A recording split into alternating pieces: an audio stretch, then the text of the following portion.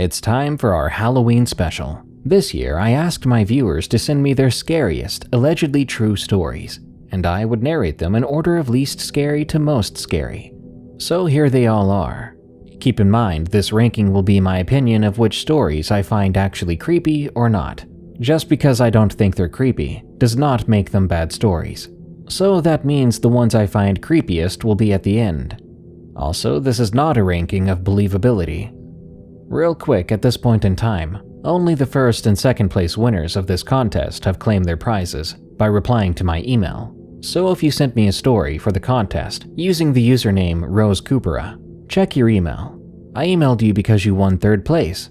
You've got until November 30th, 2021 to claim the prize, or it will be forfeit. Before I begin, I want to thank everyone who sent in their story for the contest. Even if your story didn't make it in the episode, I greatly appreciate you writing it and sending it over. I think overall the quality of these stories you guys sent was fantastic. Now then, sit back, relax, and listen to me read way too many scary stories for your Halloween pleasure. Creepy Rest Stop from Ramshackle 1202. I'd driven up to Oklahoma from Florida to visit my aging mother. I drove instead of flying because I stayed for 3 weeks and I didn't want to spend the money on a rental car. Also, to save money on a hotel while driving the 1,400-mile journey, I would pull over for a few hours sleep at a rest area. Usually, just about 3 or 4 hours was all I needed, depending on how tired I was. All went well on the visit, and as I headed out on the return home, my plan was the same. I passed through Birmingham, crossed into Georgia, and soon began the turn south towards Florida. I'd wanted to leave earlier in the morning, but I ended up getting on the road after lunch around 1. I didn't sleep well the night before, because I was concerned and worried about my mother's health and how, at her age, although she vehemently opposed it, she was about ready for a nursing home. It was around 12:30 or 1 a.m. on the drive when I started getting really tired. It took another 30 to 40 minutes to find a rest stop along the highway. It was dark and pushed back off the road. There was a truck parking down on the side of the premises, and car parking was available all around the area. I pulled in and angle parked a little further down from the entrance to the bathroom to get away from the streetlights that spread about 15 to 20 yards apart along the curb of the sidewalk. They provided shadowy light around the few scattered cars parked down the aisle from me. The bathroom and snack machine area were dimly lit, like maybe some of the lights were burned out around it. There were a few other cars parked down the way when I arrived, and I jumped out to purchase a bottle of water from one of the vending machines, then used the bathroom. The place was nice and clean, but for some reason it gave me a really creeped out feeling. There was a heavily wooded area several yards behind the facility that was dark, and I couldn't make it out very well. It was a cool night in late October, and after rolling the back windows mostly down, I hopped in the back seat of my 12-year-old Mercedes S430 with a pillow and got fairly comfortable. I'd set the alarm on my cell to wake me at 4 a.m. After a few hours, I was awakened by a car door from another vehicle that had parked only 2 spaces to my right. I lifted my head and thought, sheesh, thanks, bud.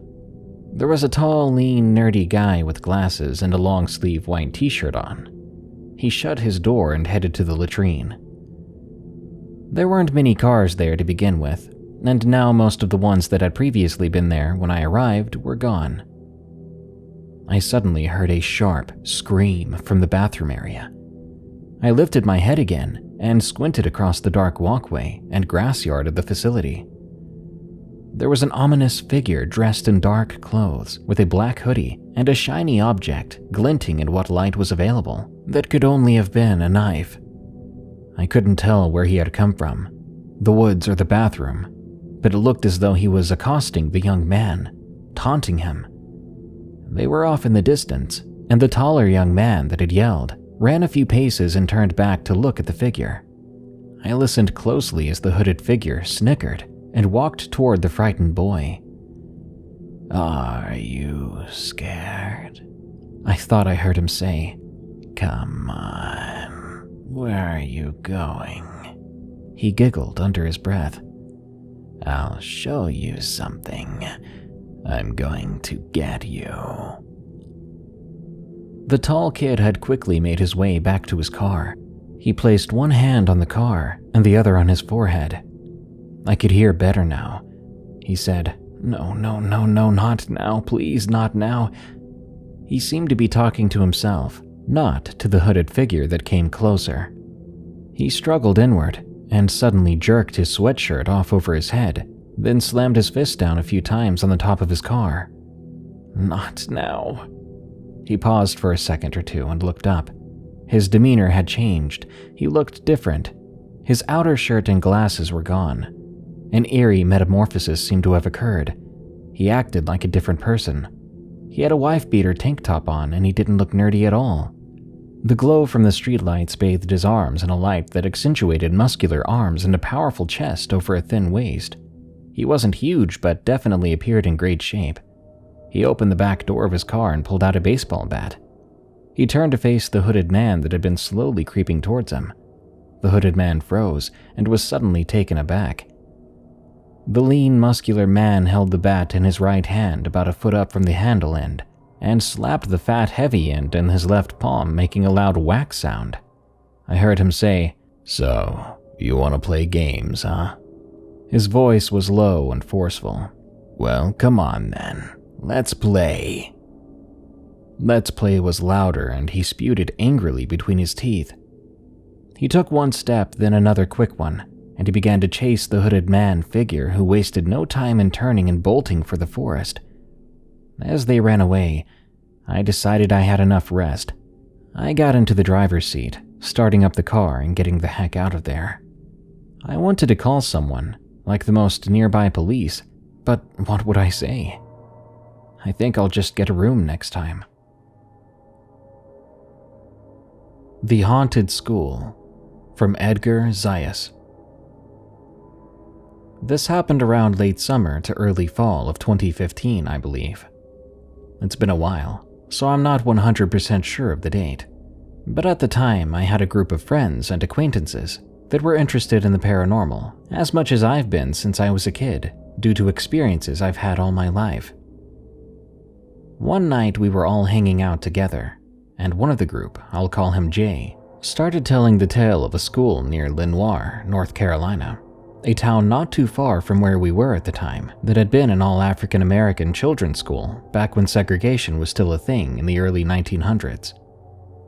I have in the following years not been able to find any proof of this story, so I can't be sure how factual it is. I will admit I may have some of the dates he gave in the story wrong due to how long ago it was. Anyway, he told us that back in the 1920s, as the legend goes, the Klan came to this school while it was in session and proceeded to lock all the doors with the children and teachers inside, setting fire to the school. Everyone was lost. A few years later, a new school was rebuilt on the site of the fire, and then after several years of operation, the school became too small and was closed after a new larger school was built a few miles away. He then explained that while the new school was in operation, there were several reports by not only students, but also from teachers and other staff members of odd paranormal activity. Supposedly, the later in the day it was, the more activity there was. So we decided to go to the school and investigate the school and see if any of the stories were true. We drove out using one car, and fitting all 7 of us in it was a sight to see. 3 up front, 4 in the back, in a mid-sized sedan. It was an interesting 30-minute drive, but once we arrived and pretty much fell out of the car, we took in our surroundings. We had parked on a little pull-off on the opposite side of the road from the school. There was a chain running across the entrance of the gravel parking lot of the school, which is why we didn't park in the lot. I looked around and saw that the school was broken up into 4 separate buildings. The main 3 were set on a graded hill, staggered down with a set of steps running behind the 3 to connect them. The middle of the 3 was where the bathrooms and lockers were. The upper and lower levels were where the classrooms were. There was a larger back building that was newer than the rest, and was the gymnasium. It had been built after the rest of the 3 buildings had been rebuilt after the fire. There were also concrete paths that ran alongside each of the buildings before the start of the retaining walls that allowed the grade between each layer of the school. We decided to go to the upper building first. We walked up the stairs in the back and entered the building at the top level. Now let me explain that the doors to this building were at least 7 to 7.5 feet tall. They were red and metal. One of the doors had fallen off its hinges and lay in the dirt at an angle. We proceeded into the hallway of the building, and we had to be very careful as the floor was rotting and falling in several places. We could see down into the exposed dirt of the ground several feet below. Debris lay scattered all over the floor. We made our way to the far end of the hallway, and we entered an old classroom on the left of the hall. As we looked around at the ruined room, we noticed that the windows that were almost all the way to the ceiling were starting to fog up for some reason. Really, to this day, I do not believe that our breath was responsible for this. Then, one of the members of our group pointed out that there was something outside the window that looked out of place. We all started to look toward the windows, and as we watched, a small child-sized handprint began to appear in the condensation at the top of the windows, which were at least 6.5 feet off the floor level. At this point, Jay mentioned that the upper building was where the original school stood that had been used as a death trap for the children and teachers back in the 20s. We were all shocked, and some of us were flat out freaked out by this. We decided to make our way back down the hall to see if anything outside the windows could have possibly made these marks. We exited the room, and before we made it more than a few feet back down the hall, we all stopped dead in our tracks, because at the end of the hall that had the only exit to the building, we saw a shadow figure that was standing just outside the doorway of the building. Now, the reason I know it was outside the building and not inside is because this figure had to lean down to its left just to be able to look in the doorway. The doorway was about 7 feet tall. The shadow blocked out the light from the outside as it did. The shadow man had to have been over 8 feet tall. It was skinny, not Slender Man type of skinny, but a normal fit man's build of kind of skinny. Not bulky or muscular, but fit. We ducked into the next room, which was on our left, on the opposite side of the hall from where the classroom we had just visited was, and it was just a storeroom full of school desks with attached chairs. We waited a few minutes. Then myself and another of our group, G, decided to look and see if the coast was clear.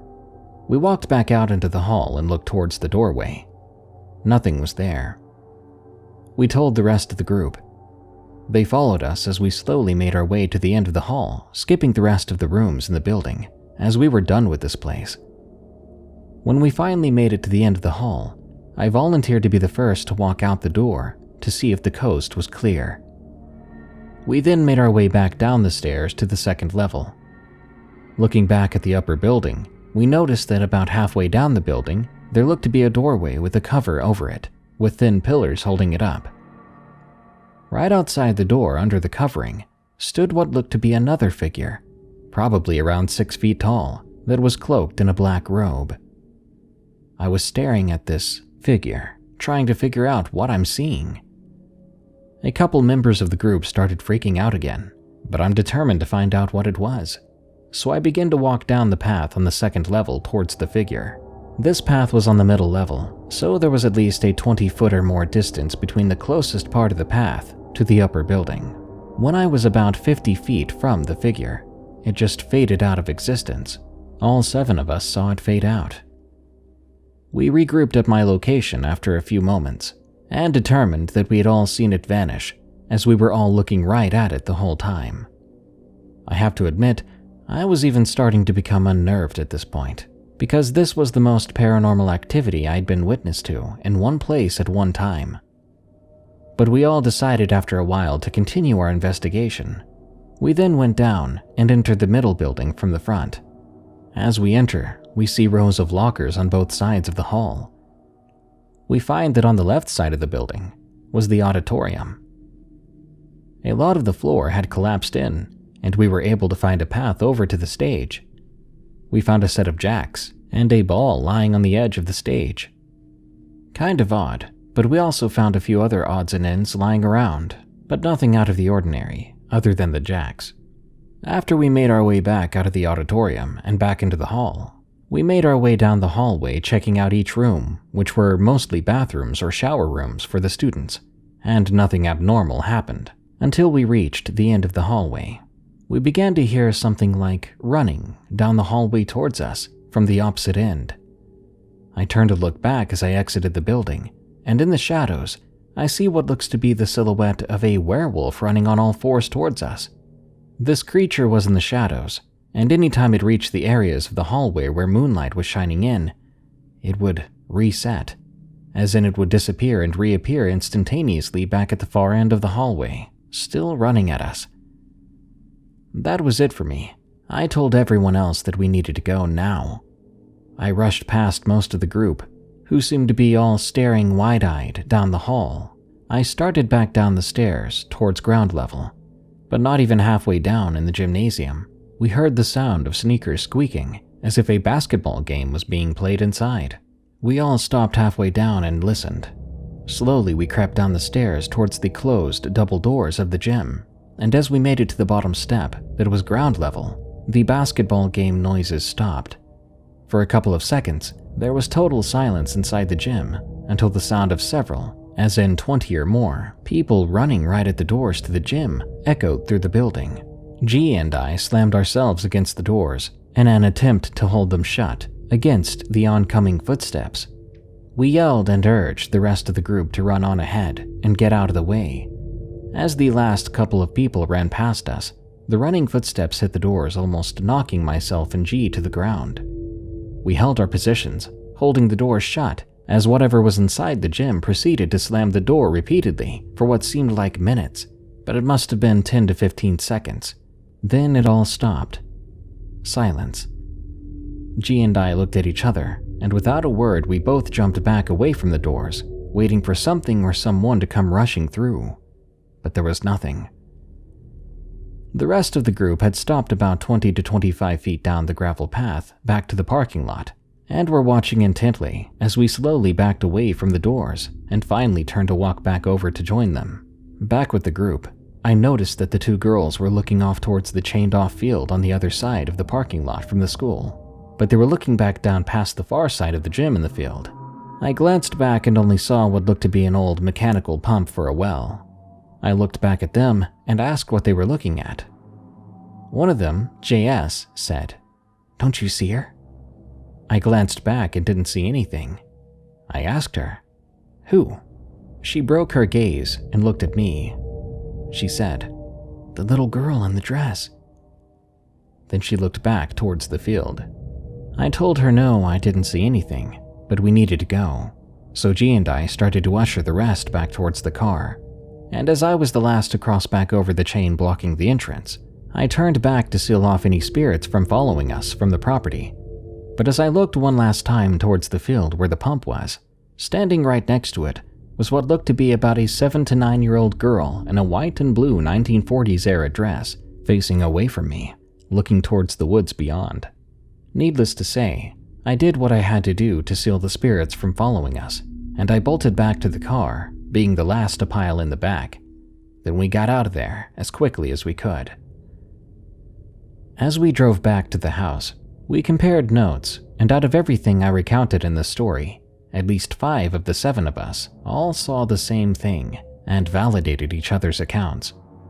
The few occasions that any one of us didn't agree to the rest is when that person had been in the back of the group or had not left the room as we exited prior to the experience, so they had missed the sighting. I can say that I've been to several haunted locations, and I've lived in several haunted houses, including a demonic haunting, and even there, I've never seen so much paranormal activity in one place in such a short amount of time as I did at this school. We were there for less than half an hour, and it still ranks as the #1 most active haunted location I've been to this day.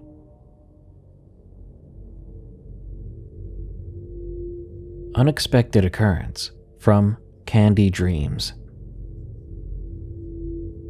As the sun glared down on my pale skin, I suddenly was aware that another coat of SPF 50 sunscreen was undoubtedly required to continue exposing myself to the unforgiving rays reflecting through the windows and landing on me. seemingly directed at me intentionally. I was a 29-year-old lady at this point, so the regrettable memories of previous occasions stampeded to my thoughts, causing me to remember multiple times where I neglected to acknowledge the mighty sun's ability to hastily penetrate my skin, leaving its awful sensation mimicking molten magma pulsating throughout my flesh. I was driving in a sketchy, run-down part of the city to meet up with a close personal friend, Damien, whom I'd known for over a decade, and escort him to his residence so he could prepare to go on a date with our friend Bree. As I pulled up to the location he sent me to pick him up from, before I could completely stop the truck from moving, I was alarmed to see he was running faster than I'd ever seen him run, armed with a new .233 rifle he'd acquired only several days before. He desperately jumped into the back of the truck, demanding I go, and hurry. I punched the gas, purposefully running the stop sign at the end of the block, and hightailed it to his place without being allowed to question Damien about the cause of his anxiety. I drove as quickly as I could, nearly crashing several times on the way there. Once we made it to his house, he was standing up, looking from side to side through the scope attached to his weapon, yelling, "Go inside, quickly! I've got you covered." I ran clumsily into his house, sighing with relief once I was able to drop to the sofa, feeling much safer. Until he burst through the door, jumping from window to window, loudly stating, "They're coming to kill me! They're coming to kill me!" I was back on edge, inquiring, "Who? What? Why?" He was obviously not in his normal mood, and was acting bizarre with every action he was taking. He described to me an unbelievable scenario in which, supposedly, about 5 people were angry at him for talking trash, so they were texting him over and over, threatening to kill him and his family and anyone close to him. I attempted to get him to be rational, as the idea anyone would leave so much evidence before committing a crime that's punishable by potentially death is absurd, but he was ignoring my every word. His untrained handling of the weapon was blatantly unsafe. So after only a few minutes, I decided it was not wise to prolong this visit. I declared, "I'm gonna get out of here." And at that very same moment, he decided to flip his gun around. He unintentionally had it directed at me. As I attempted to stand up from the sofa, I crumpled to the floor, incapable of moving my body. I somehow observed myself lying on the floor. I saw Damien attempting to place a call on his phone several times, but dropping it from his shaky hands over and over, until he was finally gripping the device firmly enough to punch the keys properly. I was not feeling any emotion at the moment, simply observing the scene playing out in front of me, kind of like watching a dream. Then I heard it, Damien crying into the phone, "Someone's been shot, just get here, now!" I instantly thought, I've been shot. I don't have time to be dead. My mother's in hospice. My daughter has a broken arm. I don't have time to die. And suddenly, I felt myself going back inside my body. I hadn't realized until those words were uttered that I'd been having an out-of-body experience. It didn't occur to me that my life was in danger. As soon as I was back in my body, though, I was engulfed in unbearable pain throughout my thigh and stomach regions. Damien begged me, Candy, please tell me you're alive." But I felt if I used any energy to speak, that I would pass out, and the idea of going unconscious was too frightening to me, so I just lay there, focusing all my energy on taking deep, slow breaths so that I wouldn't panic and hyperventilate. It seemed as though the ambulance took hours to drive to the house, but the police report I obtained much later stated it was about 10 minutes from the dispatch that they had arrived. I was unable to assist in getting myself onto the gurney, so the medical assistants had to lift me up, then push my legs down and torso up, so they could view the gunshot wound. I had a hole which entered into my thigh, but because it went through my Samsung tablet before it entered my body, the glass apparently does strange things to bullet paths, not to mention at that moment, I had been changing positions from sitting to standing, so due to the angle of my body, and the bullet's path changing from the tablet glass, it exited from my abdomen in the front, right above my pelvis area, leaving what looked to be burnt flesh across my stomach and through my shirt. I was taken to the hospital and signed something before being put under for emergency surgery.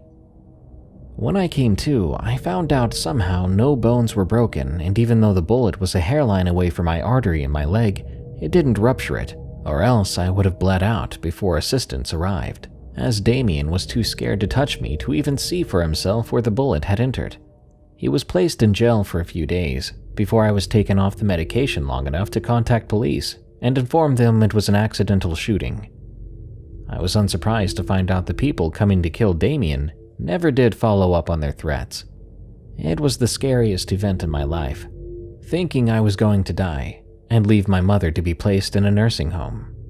But I was able to get a wound vac, and the awesome nurses encouraged me to stay active, making it possible for me to return home in only 6 days to attend to my mother's needs. I did have to temporarily use a walker. It's been several years, but I still have fragments of bullets, fabric from my jeans, pieces of glass, and bits of computer board from the tablet working their way out of my body.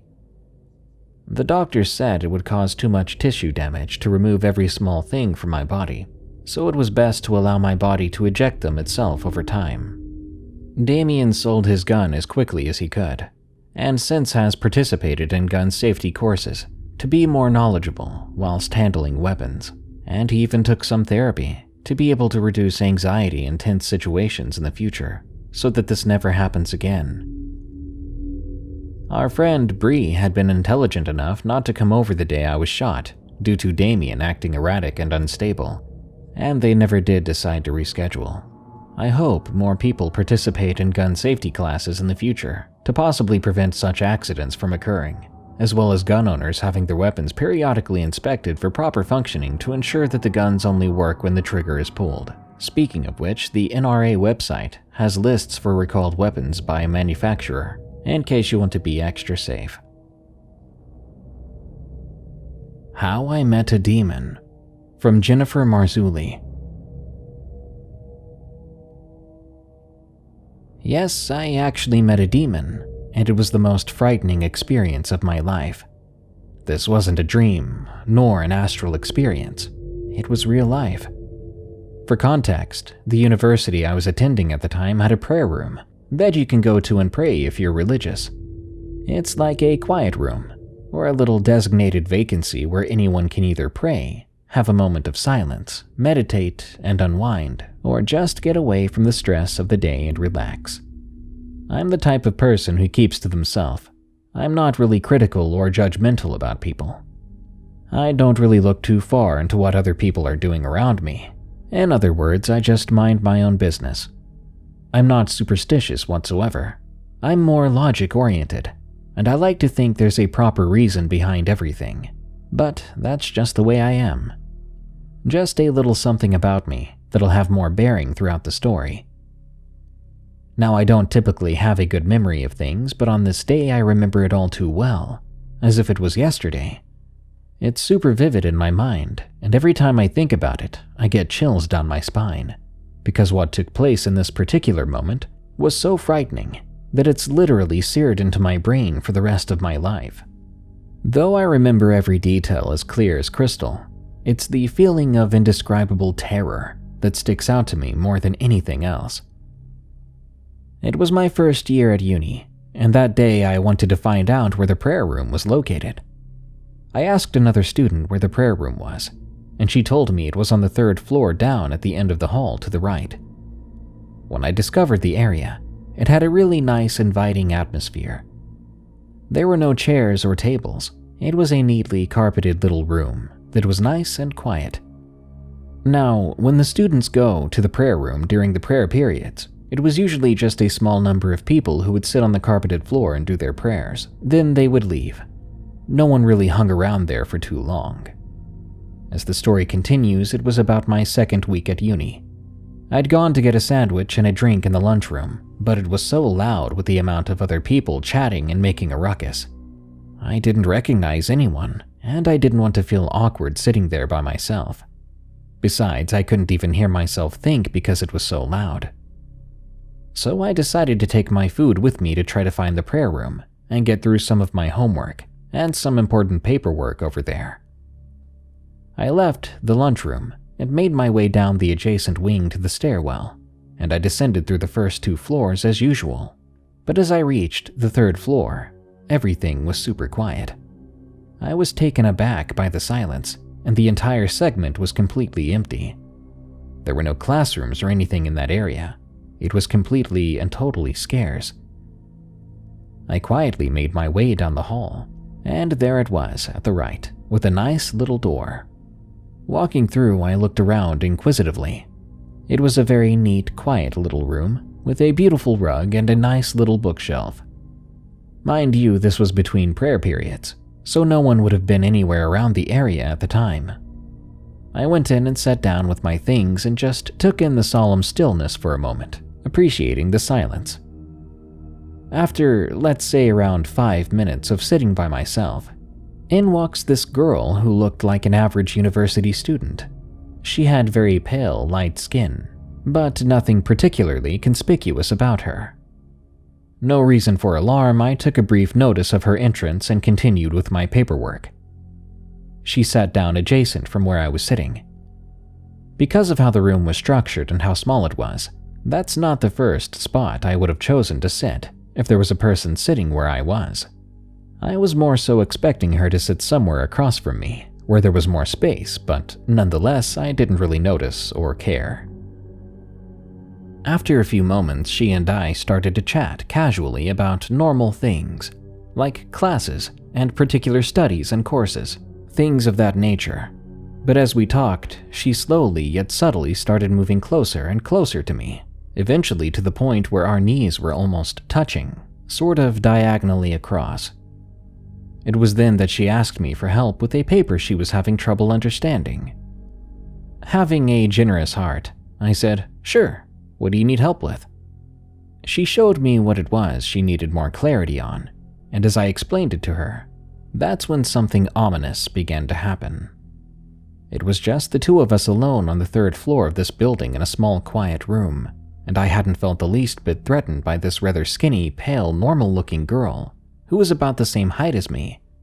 Neither had I gotten any odd vibes from her until this moment. It was literally the scariest and strangest thing ever. It's really hard to explain how this happened. Normally, while I'm trying to explain or talk about something to someone, I would expect some kind of feedback like a simple yeah or uh-huh type of gesture. But as I explained the paper to this girl, all I heard was silence. As I looked up from the paper just to see if she understood me or was confused about anything I was saying, the expression on her face was just utterly aloof. Her eyes pierced right through me into my soul. My first thought was that she must have had some sort of mental condition and just kind of zoned out.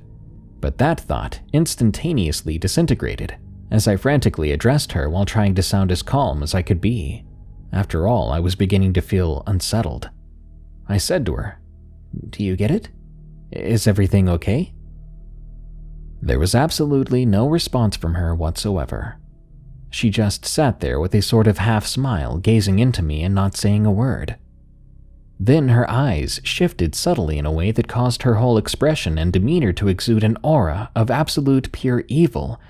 There are no words to describe it.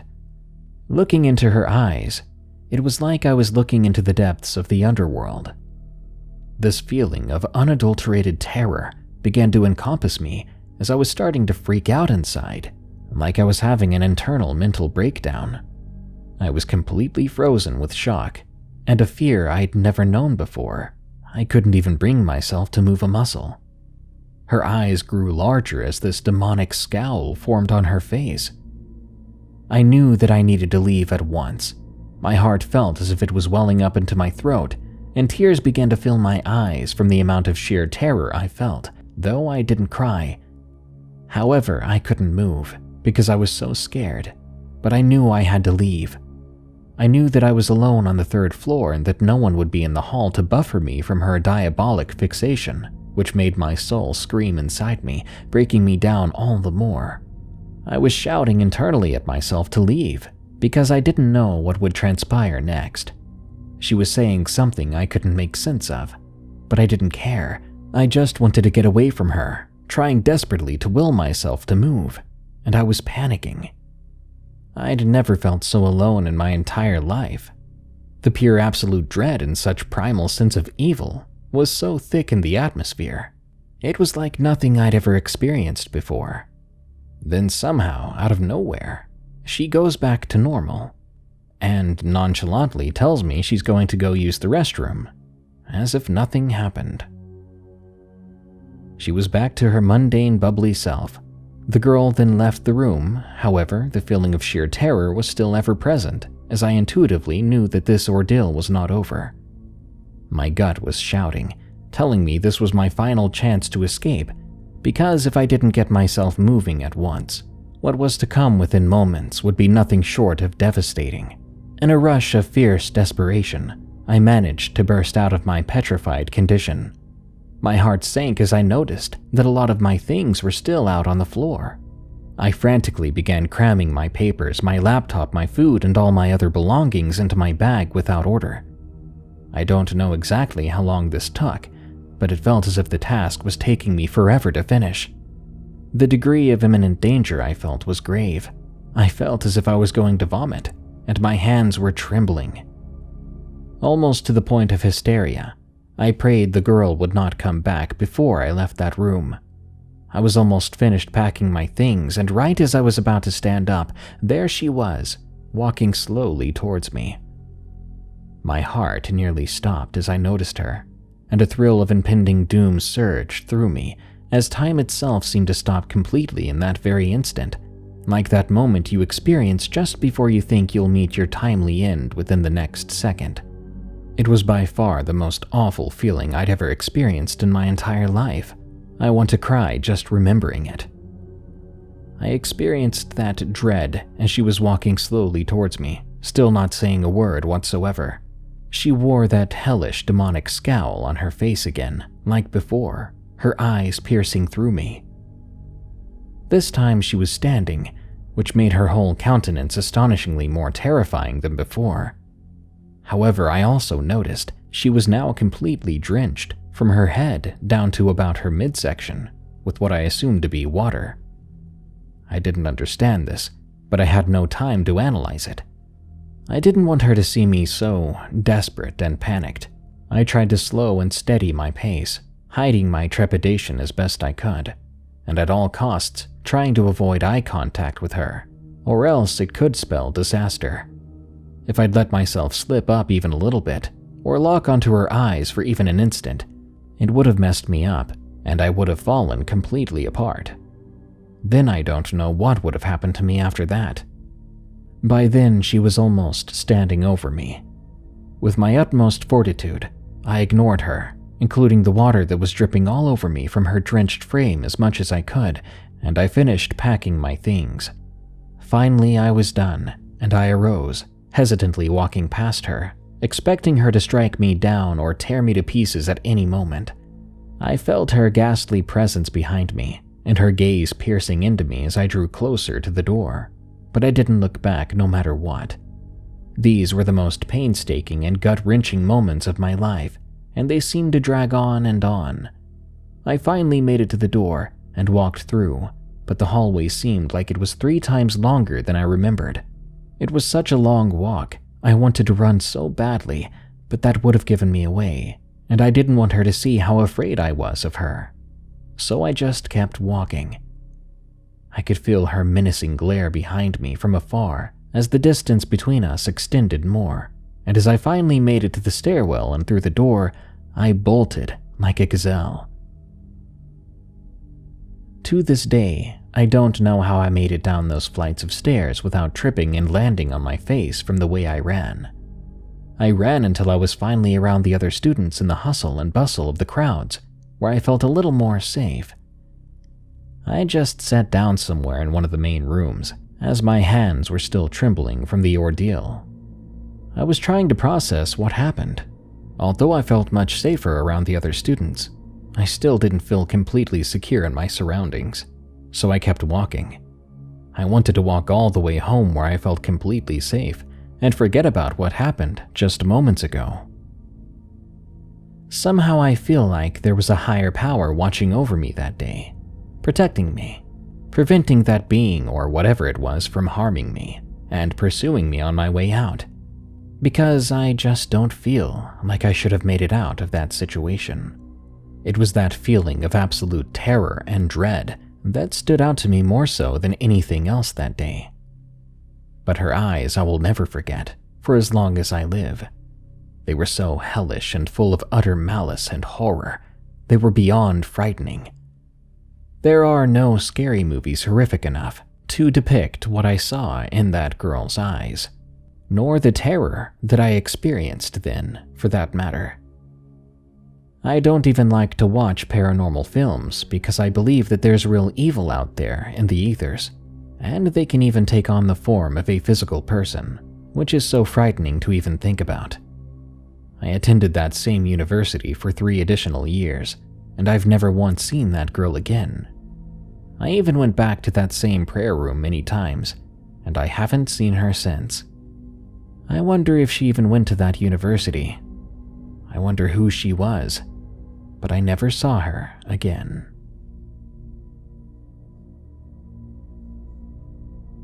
Something followed me home, from XO Lil Monster77. This was hands down one of the scariest weeks of my life. I've heard a local ghost tale or legend a few times about the Devil Tree.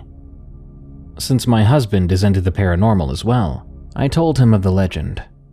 It goes, 2 girls were found by some fishermen near the tree. The fishermen found ropes still hanging from the tree. As they investigated, they realized the bodies had fallen from these ropes. They were victims of a serial killer from the 80s. Not to mention local Satanists were said to do rituals around the tree. All that combined freaked out the neighborhood. The county attempted to have the tree cut down. From chainsaws malfunctioning to the teeth falling from a handsaw to the crew tasked with taking it down getting into an accident while attempting to get another saw, it seemed there were forces at work that would not allow the tree to be cut down. Anyway, we thought we would check out that tree. I definitely believe in the paranormal, and my husband is more of a skeptic. He won't believe it until he experiences it himself. We get to the park, and the first thing we encounter is a wild bobcat chasing some prey. That should have told me to go back to the car, but nope, I had to go. To get to the tree, you have to follow along the canal until you get to a small opening, and from there you can see the tree through the brush. Note that this brush had not been around when the girls' bodies were discovered under the tree. During the walk down, I felt a little nervous, because I've had unexpected experiences before, but I'd never sought out something paranormal like this. My husband, on the other hand, has been to Waverly Sanatorium, and the only thing he was worried about was an alligator coming up from the canal. We approach the opening. I take a deep breath, and we head over to the tree. Instantly, I felt even more nervous and kept looking in a spot behind the tree that was covered with vines. It wouldn't be easy, but it would be possible for someone to climb in there. I could see no one or nothing was there, but I just had a bad feeling. My husband walked around the tree, touched it, and convinced me to touch it. I ran my hand across it as gently as possible, and I said that I hope the girls are able to rest easy now. However, my husband decided to berate the tree, because he figured making it mad would cause it to react. I told him to knock it off and be respectful. He apologized, and we stood there for a moment, taking everything in. Now, the entire time we were being swarmed by mosquitoes. I almost left right away because I tend to be a mosquito magnet, and it was almost impossible to bear. But suddenly, all at once, something in us snapped. My nervousness just vanished, and I felt eerily calm. The mosquitoes didn't bother me anymore, and I wanted to stay there forever. My husband went into a small rage, though. I could see it in his face. As I said at the beginning, there are bobcats and other wild animals in the woods, so it blew my mind when my husband just left me there all of a sudden. He was so full of hate and emotion that he walked right out without me. I just stood there for a moment, unable to get my body to follow. After maybe 30 seconds, I finally got my body to move, and I began to follow my husband. but something in me still didn't want to leave. Once I hit the trail that runs along the canal, the feeling was almost gone. We walked back to the car in silence. Once we got there, my husband apologized for leaving, but he just couldn't handle the feeling of hate anymore. Over the next week, every time I closed my eyes, I would see a dark female figure.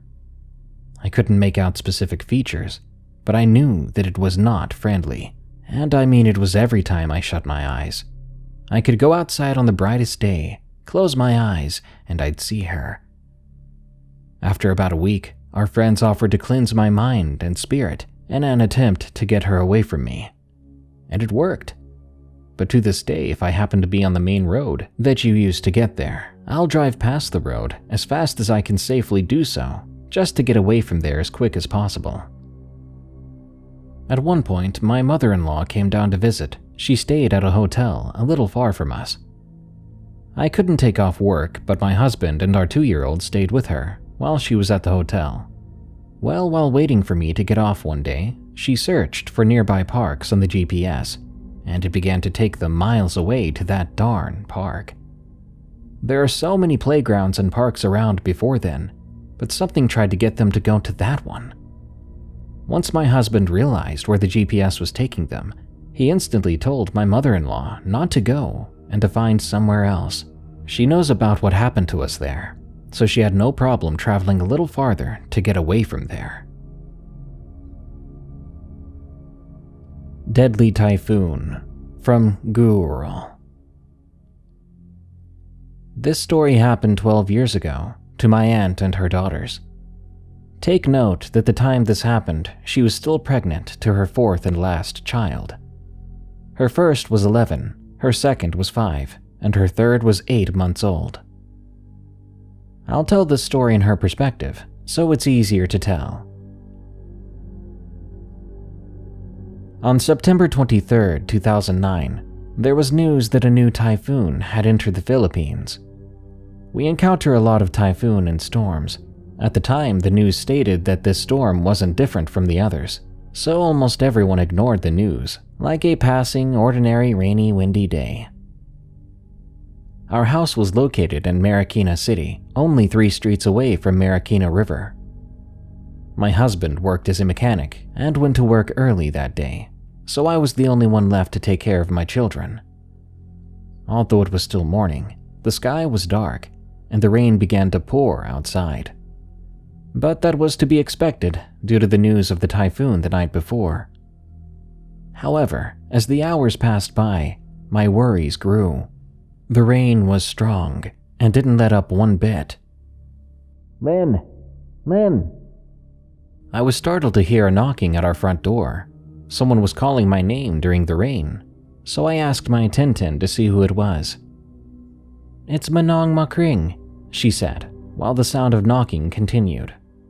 Manong Makring was our neighbor inside the compound. "Go ahead and open the door for them," I told Tintin. I heard Tintin open the door as I was drying my hands with a towel. When I looked around, I almost jumped in surprise to see the water flowing inside the house from the front door. Our house was 4 stairs elevated from the ground outside, so I was shocked to see the unclear water creeping up the floor inside. Come in, I said to Manong Makring and her teenage son. "Sorry to disturb you. The flood is too high inside our house." Manong Makring's house was almost the same level from the ground outside, so to see that the flood reached us meant that the flood would have been hip deep for them. "Don't worry about that. Just come inside. Tintin, give them a towel, please." Tintin went to get what I asked. I closed the door right away to slow the water coming in.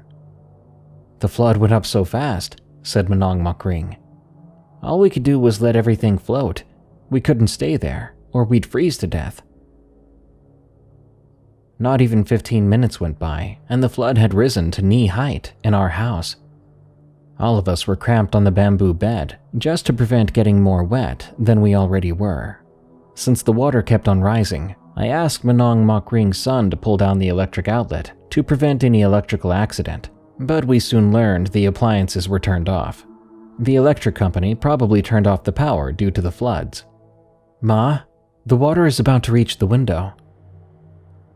All of us turned our heads to look outside. Lo and behold, the water was rising so fast that we'd have no place to go if the water overflowed from the window. I lifted my sleeping newborn baby while thinking what we should do.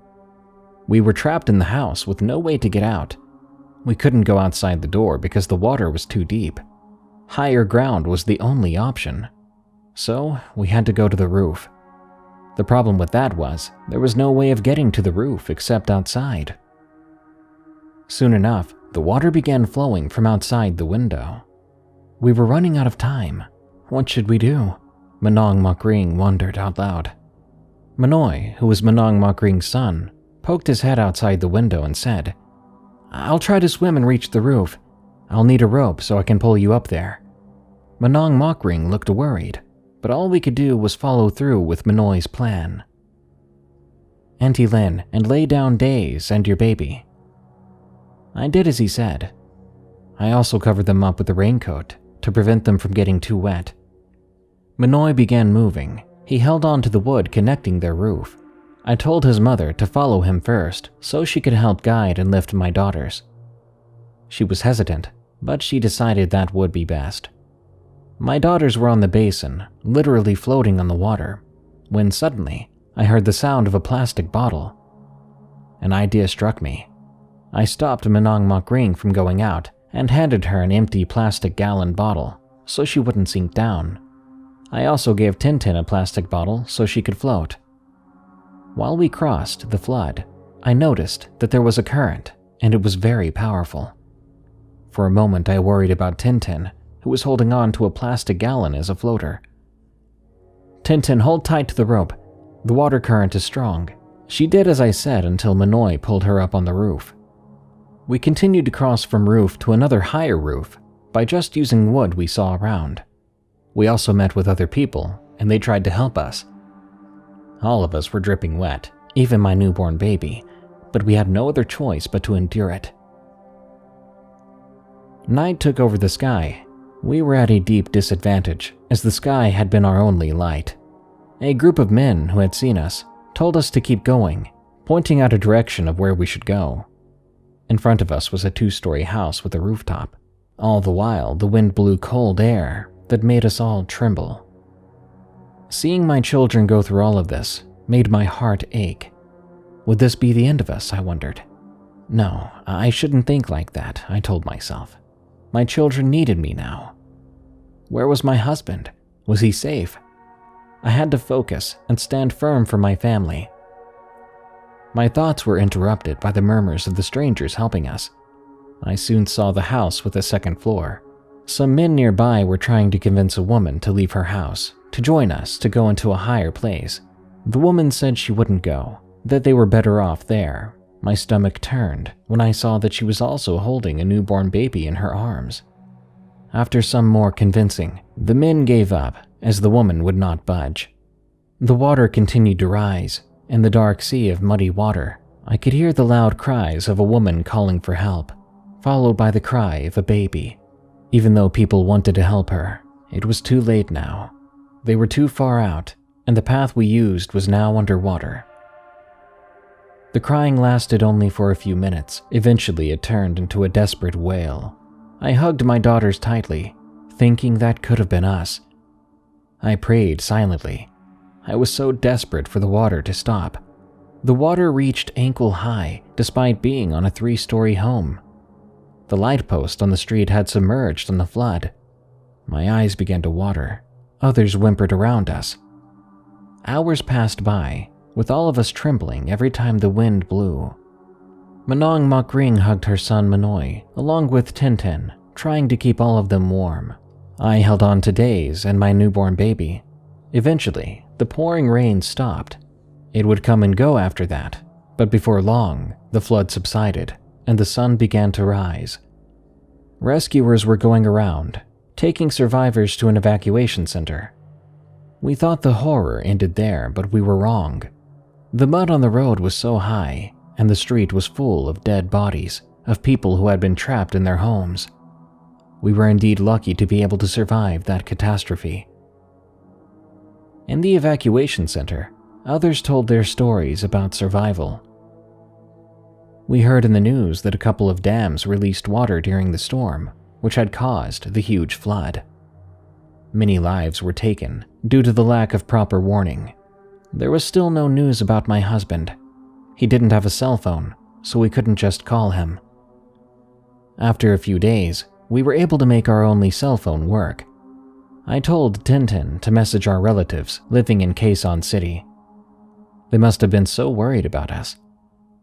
My sister, who had a car, told us that they would take us to their house rather than having us stay in that evacuation center.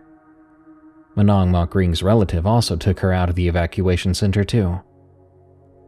Tintin and Days said that they would go to the restroom, so I told them to go ahead and go, but to come back right away when they were done.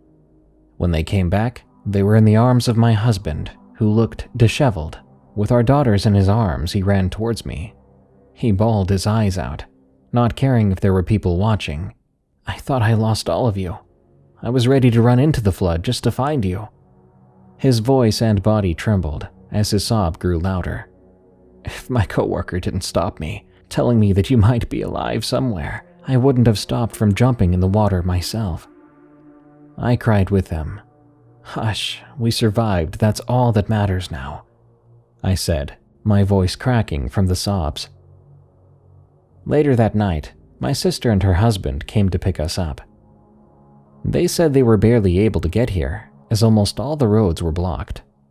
On our way out of Marikina City, more dead bodies lined up, as did the piles of cars, some of which were flipped upside down in one of the villages we passed by.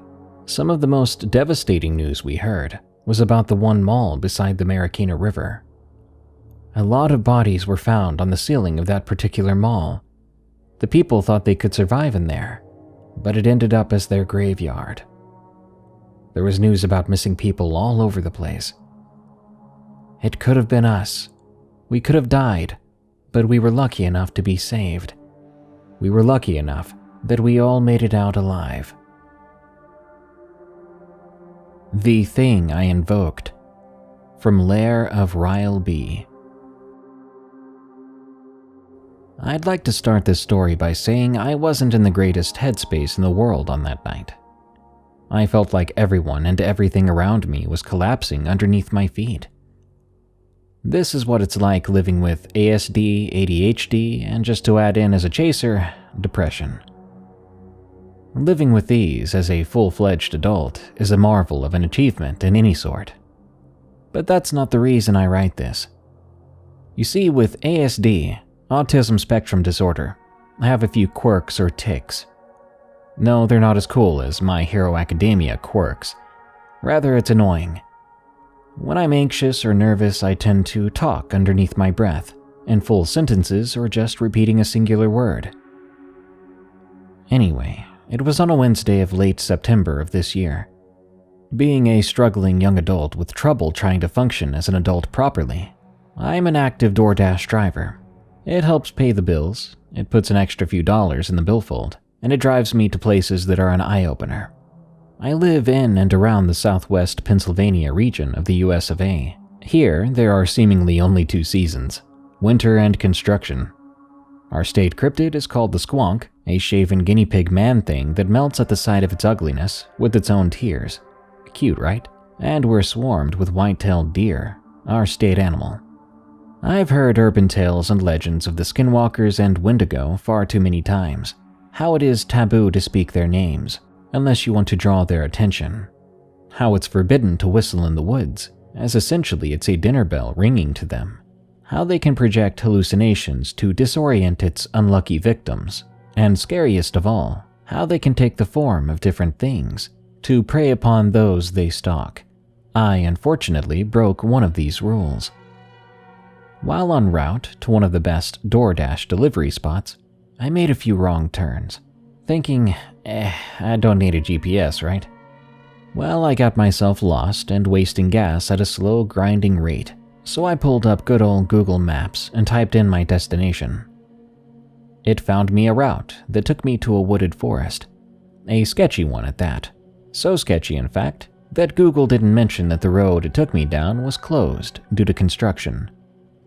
I was furious with Google and spun around, trying to do it myself, and this is where my quirk kicked into maximum overdrive.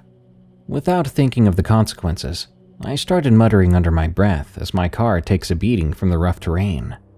Dang it, dang it, dang it, Skinwalker, Skinwalker, Skinwalker, I hate this, I hate this. About 5 minutes of me muttering this, I found the right path and headed to the right route. Now what happened afterward? A minute after my tires touched asphalt, black clouds conjured around the entire area and throughout my delivery drive. I was getting suddenly irritable with everything and everyone. My phone was performing poorly for navigation throughout the trip, and gas was the worst of my concerns. My car is a 2004 Santa Fe, and it is a gas guzzler. I'm surprised that I have yet to be stranded on near empty. My brain in the meantime was also kicking my emotional butt. It was like I had a grudge with everyone in my life for their past wrongdoings, and I couldn't do anything about it.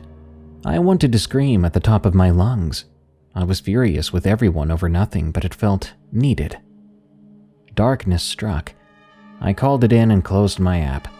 I made only about $40 that night. I noticed my gas gauge was near empty. I drove to the nearest gas station and tried to figure out something with DoorDash Fast Cash with my girlfriend over the phone.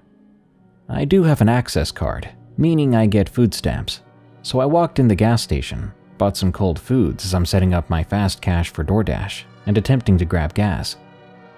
With DoorDash, you can't just walk out with your money and spend it, you have to wait until a payment cycle, which in my case is a Monday. As I'm texting my girlfriend, I try out the Fast Cash alternative, which deducts $1.99, but no dice. I was super enraged at that point, thinking to myself, screw this. If I break down, I might as well do it whilst trying to get back home. So the tedious travel began back to my humble abode in Charleroi, my eyes glued onto the road and my gas gauge simultaneously. I take my journey from the gas station towards Route 30, up until I get onto a road known as Clay Pike. My girlfriend has been on this road plenty of times, as have I, but she always had strange vibes about it, whilst driving on it at night. I never got to experience what she meant. Not yet, at least. As I'm cautiously watching the road and my gas gauge, my girlfriend is texting me about my recent mood swing. I used text-to-speech to talk to her, but I was so overwhelmed by everything, I just didn't want to speak to her at that point. As she was trying to talk me down, I noticed something about the road I took. Usually there were a few cars ahead of me coming in my direction, or a few cars behind me, and I could have sworn there was a car behind me, but now the road was ghostly, as if unventured, never having been touched by a single person. I took a gander at my gas gauge when it flashed its low fuel light. This wasn't good in a situation like this. I lifted my eyes back on the road, and I saw what I thought at first was a buck striding along the road. Its eyes shined in my car's headlights as I almost struck it with my car. I parked my car, and that deer was still there, so I took a better look at him, or it. That's when it hit me. The eyes. They were still glowing yellow, as if my car was still shining upon them, even though my lights were perpendicular to this thing now. I also began to notice the body structure of the creature, hunched back with a giraffe-like neck, a blank slate where the mouth should have been, almost two symmetrical antlers on top of a micro head, thin, almost non-existent pale fur attiring this cryptid being, and to wrap it all in a nightmare of a creature, when I was about to speed off, I swear I saw it stand up and bend its arms the wrong way, like a human weightlifter, and it ran off on two legs. I was in utter shock of what my eyes had seen. Something unworldly decided to pay me a visit out of the blue. No, I remembered why it came. I had said its name through my quirk when I was lost. Then I was in adrenaline mode, needing to get back home ASAP. As the wild ride seemed more frightening and tense, everything looked twisted around the road. The evergreen trees looked as if they were growing taller and multiplying. My car's headlights provided bearable sight in this advanced darkness that engulfed my vehicle. Trying to look into my rearview mirrors provided no help at all, because all I saw was black and the occasional red brake lights. To make matters worse, and as if it were a sign of an otherworldly being's judgment, I soon came upon another roadblock. There was police tape draped upon my usual route back home, and the only other path to take from there was, ironically, Silent Hill Road. Not pulling up my GPS, I decided to go up the path and act like I knew where I'm off to. Only 10 minutes in, everything felt normal, and I felt like I was going in the right direction. Everything began looking familiar, from the landmarks to road signs and buildings passing by. It wasn't until I approached a large steel bridge that I felt gaslighted. A police car passed by with its area decaled on the door. West Newton Police Brigade. I parked my vehicle, pulled out my handy-dandy iPhone, and pulled up directions to my house. Half an hour away. I felt anxious. My gas was running lower than ever, so low that the needle was just teasing the E on the gauge. I took a deep breath, cracked my knuckles, and started driving back to the right way back home. Luckily, I made it just in time before my gas ran empty. After that, my girlfriend texted me. She said she had picked up gas for me to fill up just enough to grab gas at the closest station with the cheapest prices. After she helped me fill 2 gallons, I gave her a tight hug and apologized for my mood. I then told her about what I saw, as she is a believer of the paranormal and otherworldly things. She believed what I'd seen was part of the Fleshgate family. I believe whatever I saw was a Darian variant of the Skinwalker. The legends about calling out their names seems like what it sounds like, a myth. But know this, it is no hoax, fairy tale, or joke. For all my quirk has done in the heat of frustration and anxiety, it ended up attracting something malevolent and predatory. Juniper Woods Ranch, from Creepy Clown Girl. I was a 22-year-old girl living with my mom and stepdad in a small community known as Juniper Woods Ranch, which sat just outside of a small town in Arizona. Juniper Woods Ranch got its name from the juniper trees that enveloped the landscape of the community. This was 26 years ago, and at the time the roads were unpaved and rough in certain spots. And when it rained, it was extremely difficult to get in or out, because the creeks would flood. One day my friend Marilyn, who lived about 2 miles further up from where we lived, came over and asked me if I wanted to spend the weekend with her at her place, and if I wanted to go to Jerome with her the next day. I said, yeah, that sounds like fun. So I packed up some things and we got into her truck and drove off towards her house. Now, the further back you get into Juniper Woods, the more isolated and scarce the population becomes. And now you're surrounded by nothing but trees and silence. We got to her house and I settled in. We began to talk about different things that girls talk about. Later that evening, as she was cooking dinner, I decided I would go and explore around her property and just enjoy the quiet and beauty of my surroundings.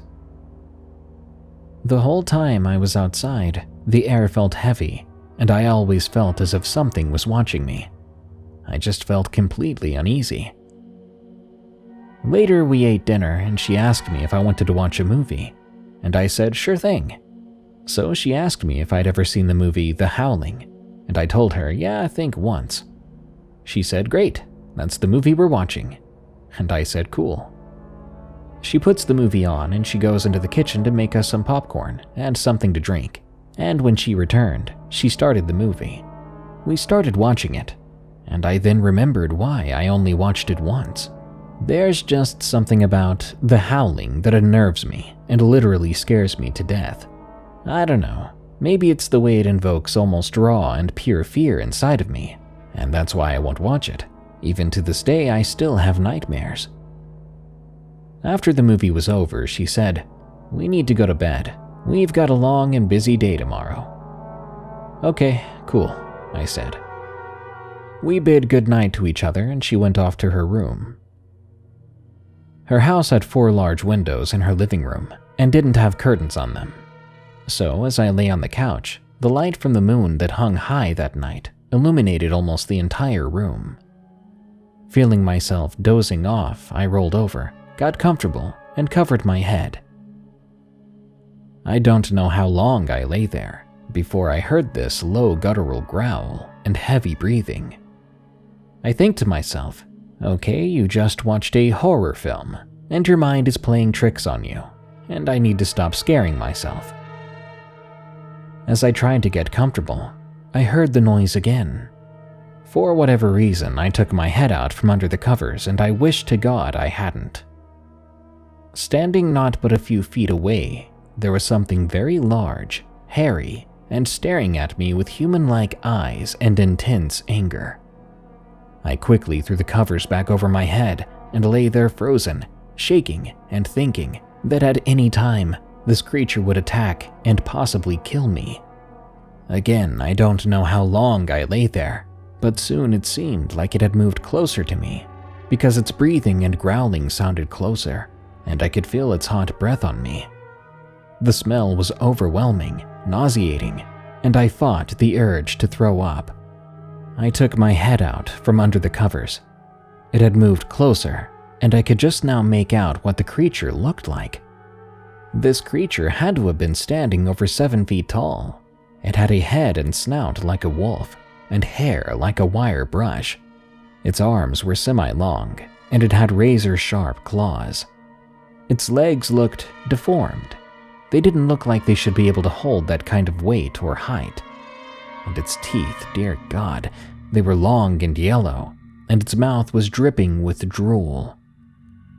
I tried to let out a scream, but nothing would come out.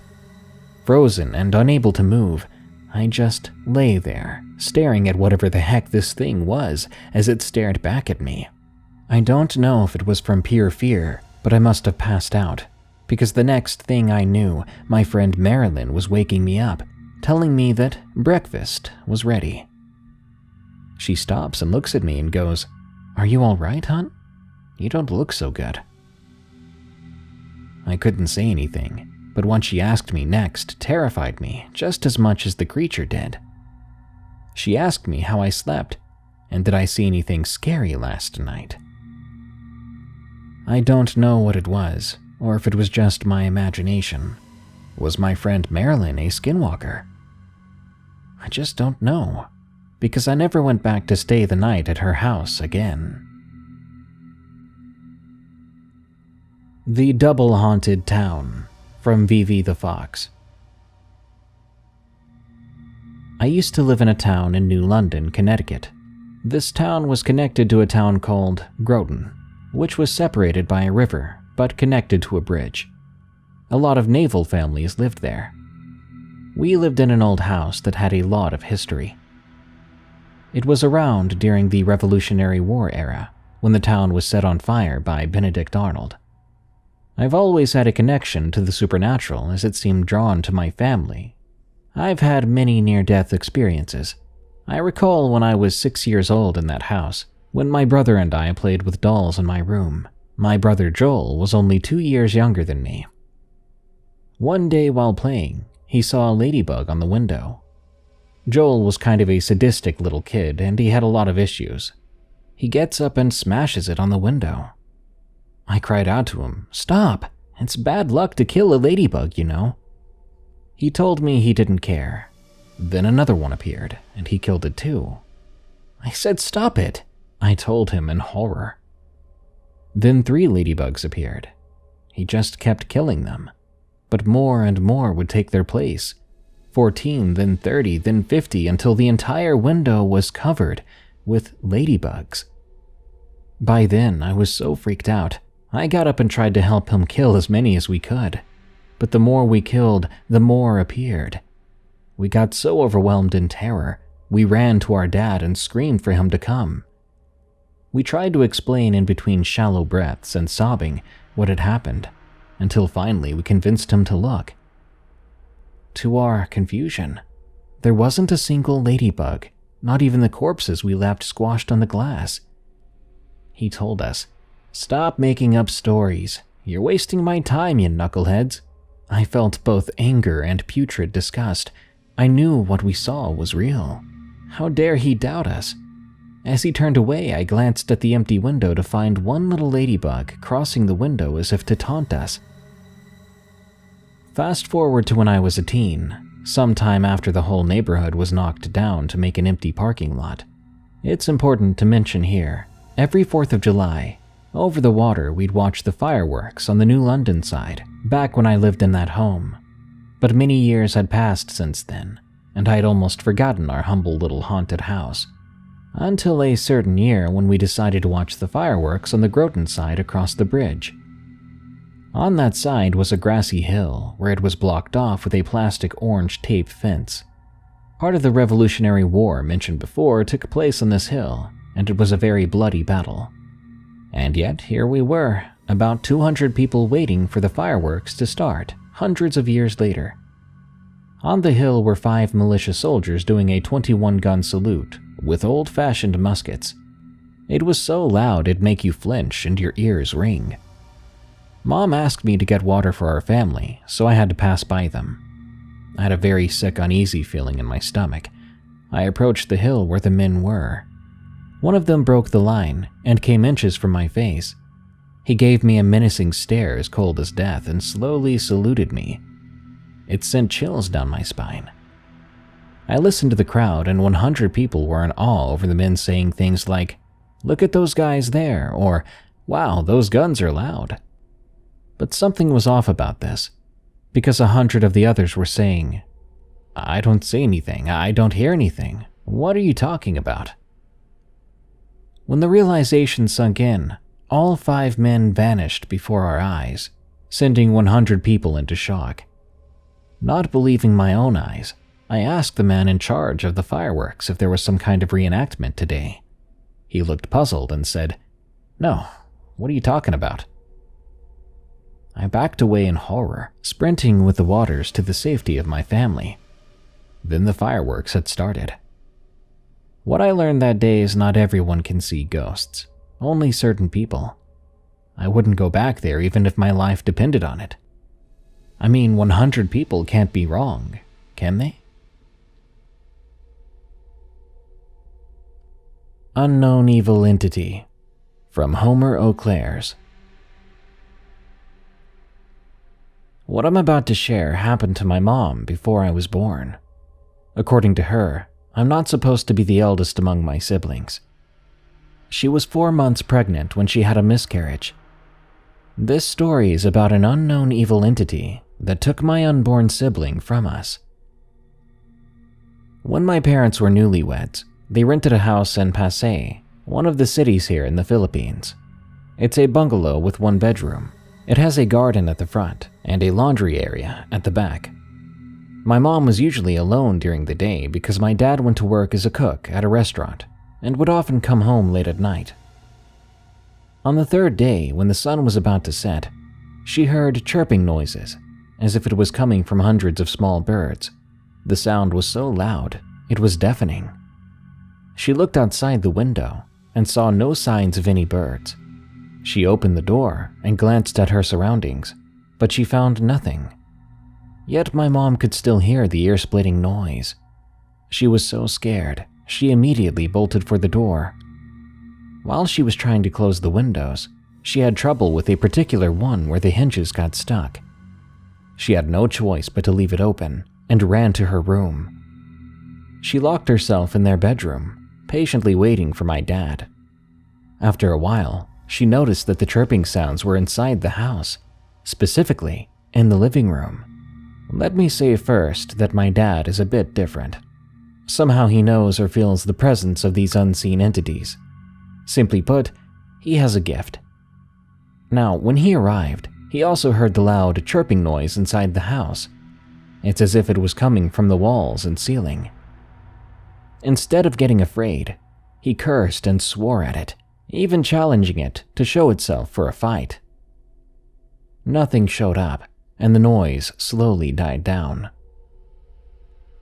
After dinner that night, when my mom was about to use the bathroom, she instead saw blood. She then passed out, later waking up in the hospital. The doctor told them they had lost the baby. You might be thinking maybe the chirping sounds have nothing to do with what happened to my mom. Perhaps it was just pure coincidence.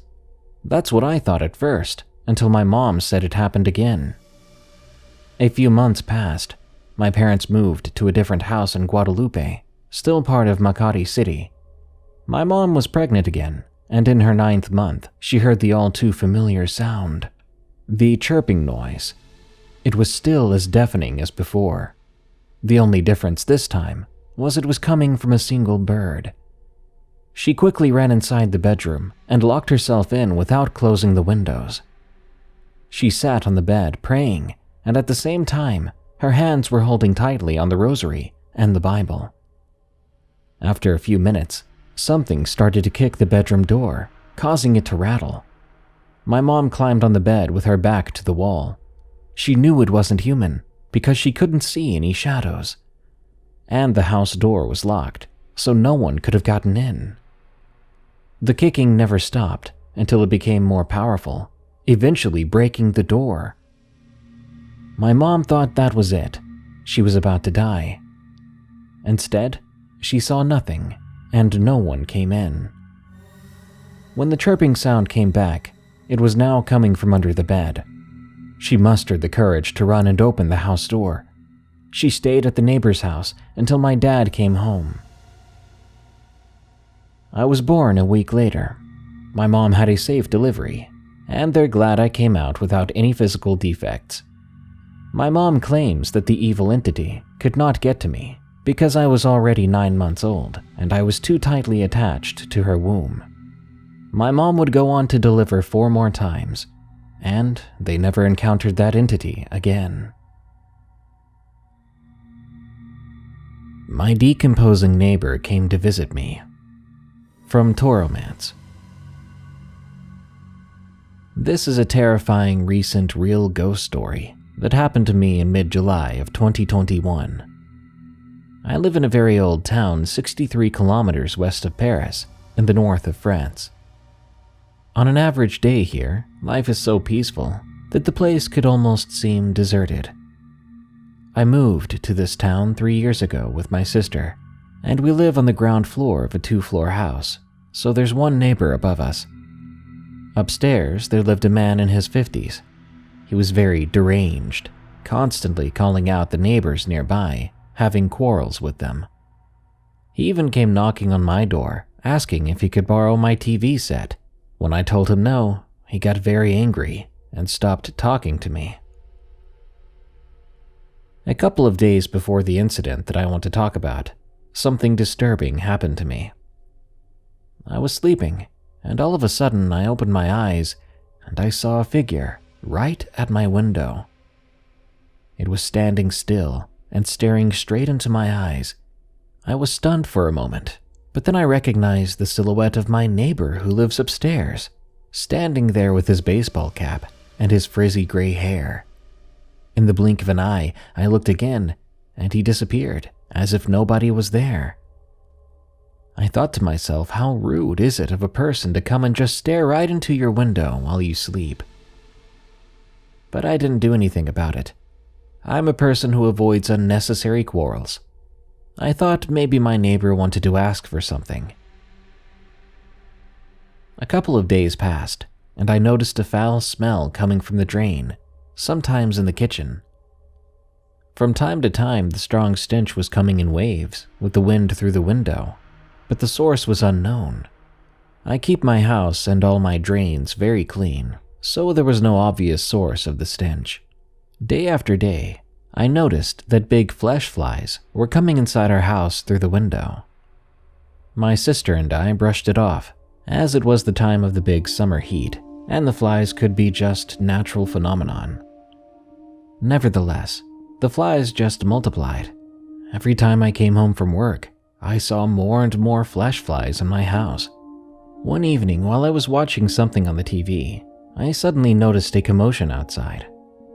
All my neighbors were outside too, in a state of confusion and disturbance, but they remained quiet. There was a huge police van and a couple of regular police cars. My whole street was blocked off by policemen. It was the Special Police for Crime and Murder Investigation. When I went outside and asked an officer what happened, he explained that there was a deceased person's body found upstairs on the second floor above my apartment. The found body belonged to a man in his 50s, the police reported, and it had been decomposing for several months. I was shocked that just above my apartment, there was a decomposing body and no one even knew. The police officer continued, "Currently, we're investigating the case to find the reason of the person's death. We'll need more time, but you can go home and sleep in peace tonight. We're on patrol just in case." The police called in a specialized medical team, and they were proceeding the investigations during the whole night until morning. I heard them moving heavy objects upstairs. The big van was for the transportation of some of the deceased person's belongings. When I recall that my neighbor came to look at my window, I remember this was just a week ago. But the police had said that the neighbor had been dead for several entire months. Chills ran down my spine whenever I think about this again. Now I understand that the apparition at my window was not a living person. It was my neighbor's ghost. My neighbor's spirit was not in peace and wanted to alarm everyone, telling people to put his body to rest. Ever since this incident, I see no more apparitions at my window. The flies disappeared immediately after the police and the medical team took care of the case upstairs, and with it, the foul stench disappeared.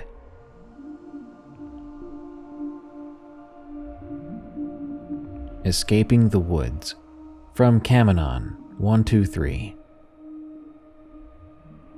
It was the summer of 2012 in Cavan, Ireland. I was playing at my friend Oscar's house with two other friends, Adam and Ken. Oscar's older sister, Emma, also had her friend Sarah over with her. Oscar and Emma's house was on a small row of 3 houses. Behind the houses was a large field, and behind the field was a huge forest. For weeks, myself, Oscar, Adam, and Ken all discussed venturing into the forest. Oscar said he heard noises from the forest at night and thought it would be an amazing adventure. We agreed to go in and planned everything. We brought food, water, and a BB gun. We asked the girls to come, and they agreed, and so the adventure began. The walk across the field was exciting. We were all discussing what we'd find in the forest and what we'd get up to. We finally reached the edge of the forest, the trees towering over us. There was a small ravine at the edge of the woods, with a little stream running through the ravine. We couldn't find a way across as the forest was at a higher elevation than the field, so jumping from the field was out of the question. Some of us were disappointed and were ready to turn back, but Oscar found a log long enough to cross the ravine. He did so, and began trying to walk over it. One by one, we all walked across the log, with Adam being a little anxious before crossing. Before we knew it, we were inside the forest. It appeared to have been planted, with the trees in straight lines. This led to the forest having a very eerie vibe, as you could see in all directions as the forest got darker and darker. The area was also completely silent, as the forest floor was cushioned by a layer of moss all over. Any noise from a bird or a twig was amplified. We walked through the trees, admiring the scenery, and didn't think too much more of it. After a while, we made it to a clearing. It was a small circular field nestled in the forest. We knew if we entered the field, we might forget where our path was. The forest extended past the field, and we realized it was way bigger than we expected.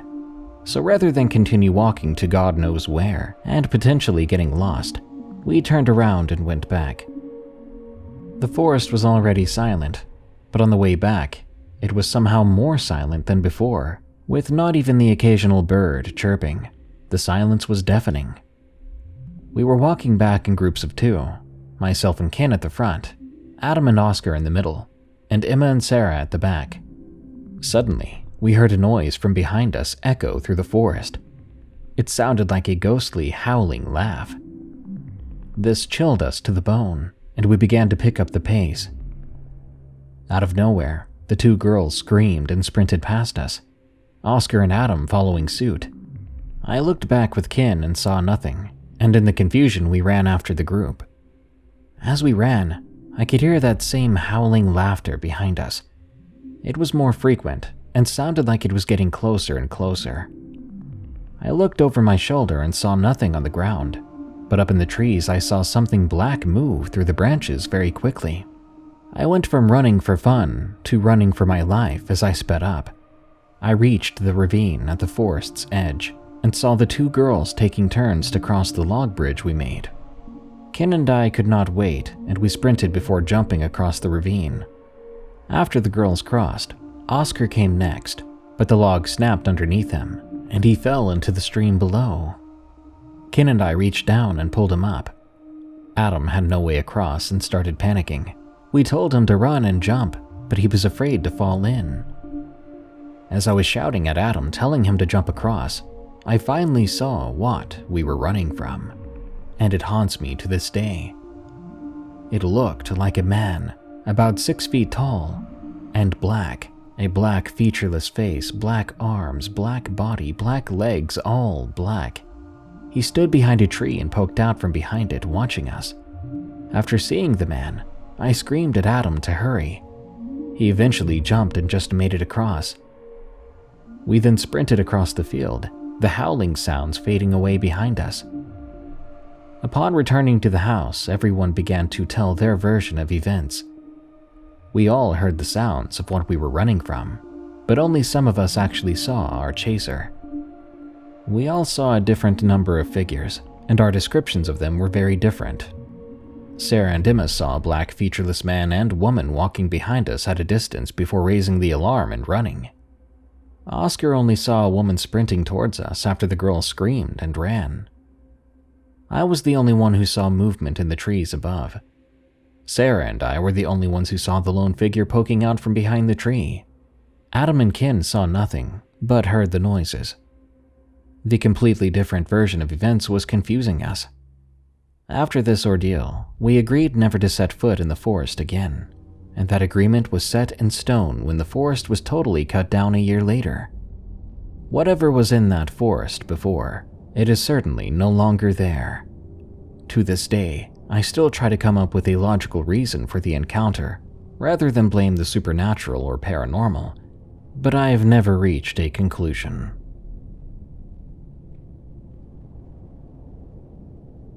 It Followed Us Home, from GhostHazard. I've been around the block a time or two. Enter the obligatory I'm completely mentally sound, never been high, etc., etc. But I've seen plenty of supernatural occurrences, starting early into my childhood. I could tell you about the staircase we found behind the wall while remodeling, or the ancient rotary phone that rings despite not even being plugged in, or even the day I got 7 missed calls from my stepfather, who had passed away a week prior in a car wreck. I've never questioned the supernatural. I'm the farthest person from being a skeptic you could ever meet. But despite my familiarity with these sort of events, there's one story that still makes my hair stand up on the back of my neck, makes me wonder just what the heck is out there in the places we can't see. To set the scene, I grew up in rural Arkansas. At the time, I was 7 or 8 years old. My parents and I lived in a double-wide trailer about half an hour away from the closest large town. We had our own land, and I grew up very comfortable in the woods, night or day. We had this family tradition of sorts, where we'd all pile up into our truck, bring snacks and spotlights, and cruise the dirt back roads that scoured through the deep woods surrounding our house, looking for snakes to run over. We usually did this late at night, anywhere from 11 p.m. to 2 a.m. We called it snake smashing. One night, we decided to go on one of these excursions. I was excited, unaware that I was going to see something that would change my perspective on the natural world forever. We all got in the truck and departed around 1 a.m. We knew these remote trails pretty well, and were just enjoying the peaceful solitude of the dark woods, listening to Pink Floyd and eating chips, me shooting at random things with my BB gun through the open windows. Once we arrived at a fork in the road, we realized we'd never been down the trail to the right, only the one to the left. We decided on a whim to see where this road led. Not very far down the road, we came across a gate, one of those metal tube swinging gates that have reflectors and stuff on them. There weren't any private property or no trespassing signs on it, so feeling bold, we got out and swung the gate open. After all, there was no lock on it. We continued down past the gate, the trees clearing to give way to a wide open space. It was an abandoned natural gas drilling site. This was also a somewhat familiar setting, as my father worked in the natural gas field at the time. We drove around for a bit, checking out the pipes and catwalks and such, left behind from the former operation. That's when we noticed something that seemed out of place. In a far corner of the clearing was a large black lump, with something white in front of it catching our headlights. We pulled closer, revealing that the large black lump was some kind of trash pile, seemingly burnt up. It was as if someone had demolished a small house or shed, then strewn a dumpster's worth of unwanted items on top of the rubble, then set it all ablaze. One thing stood out though, the white shape in front of it, one of those children's rocking horses, the kind you can sit on and hold the handlebars and rock back and forth on. This one looked very old and genuine, like it was handmade. The body was covered in an off-white material that appeared to be cotton-based. It had colored-on features like eyes in the saddle. The wooden rockers in the bottom were smooth and high quality. There was a mane made from these ropes of the same material as the body, almost resembling white dreadlocks. The oddest part about this scene was how the horse was placed. It was right at the forefront of the pile, turned broadways so we could see the details. There also wasn't a speck of grime on the thing. When we saw it, the mood kind of shifted. We thought it was kind of creepy, but ultimately went on with our night. And when we got tired, we turned around to head home. On the way back, we kept thinking that we heard deer or raccoons in the woods, but when we'd shine the spotlight into the trees, we couldn't see anything, not even any movement. Eventually, we'd make our way back home. At this point, it was around 3 a.m. We pulled up in the dark, approaching our driveway, when suddenly, the headlights hit something that made everyone in the truck go completely silent. I swear to the God I pray to every night, with both parents as my witnesses, the rocking horse was sitting in our driveway. It had not only followed us home, but beat us there. My dad had to get out and move it so that we could enter our driveway.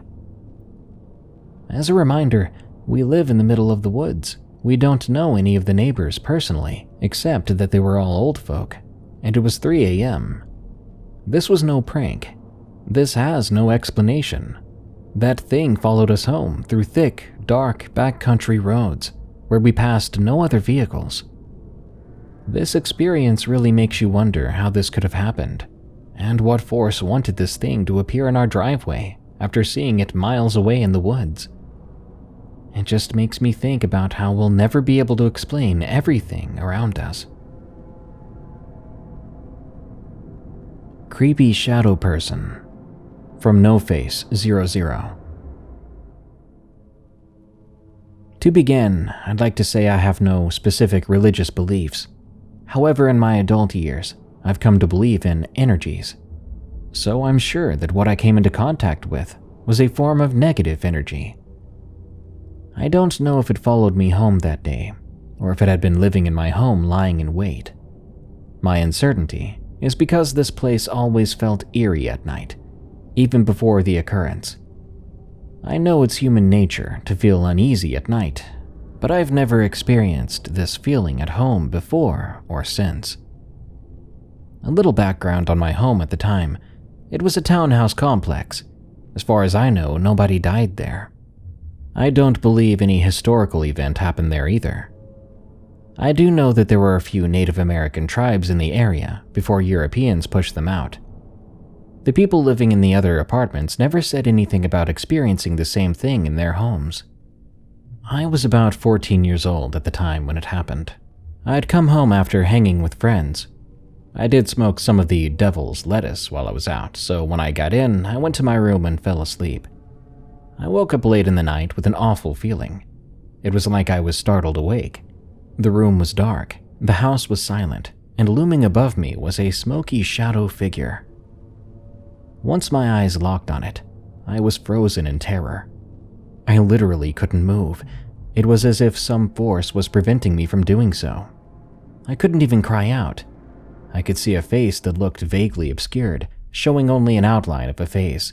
It was surrounded by thick, inky smoke swirling around it. Then, after what felt like forever, staring at each other, it slowly started weaving towards me, mouth agape. It was as if it was trying to push its face through a barrier, stretching, weaving, mouth moving like it would help it propel forward. As I watched it creep towards me, I was internally panicking. I tried to swing at it with my right arm, but I couldn't. The only thing going through my head was I have to hit it, or it will get me. This ran through my head repeatedly until I somehow managed to break whatever had frozen me in place. As soon as I swung my arm to hit it, the shadow creature vanished. I slapped the light on and sat there, shaken. I was confused as to what happened.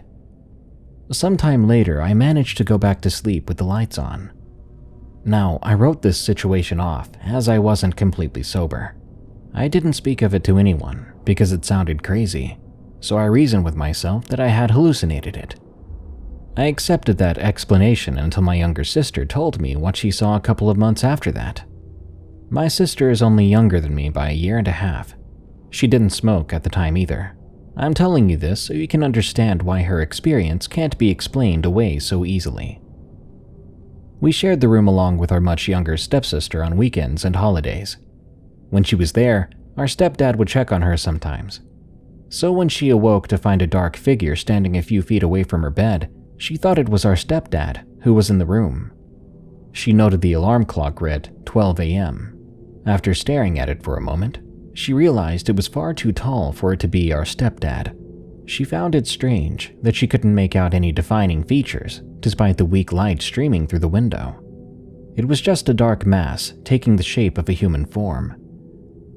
My sister was scared, so she tried to pretend like she was sleeping still, while watching the shadow figure through slightly cracked eyes. Finally, it turned and walked over toward our stepsister's bed. It bent down to kneel on the foot of her bed, then proceeded to rock back and forth, slowly. She lay there, each minute feeling endless as her eyes flipped between the clock and shadow person, willing the thing to go away. After 10 minutes, it got up from the bed and walked out of the room, closing the door behind it. The next day, my sister asked our mom and stepdad whether they had been to our room the previous night. They replied they had been asleep the entire night. She then went to ask our younger brother, even though she knew it couldn't be him. He was smaller than us at that age, and the figure she saw was clearly taller than our stepdad. No one in the household had ever sleptwalked, and nobody had reason to lie about it. So when my sister told me her account after what I experienced, it creeped me out.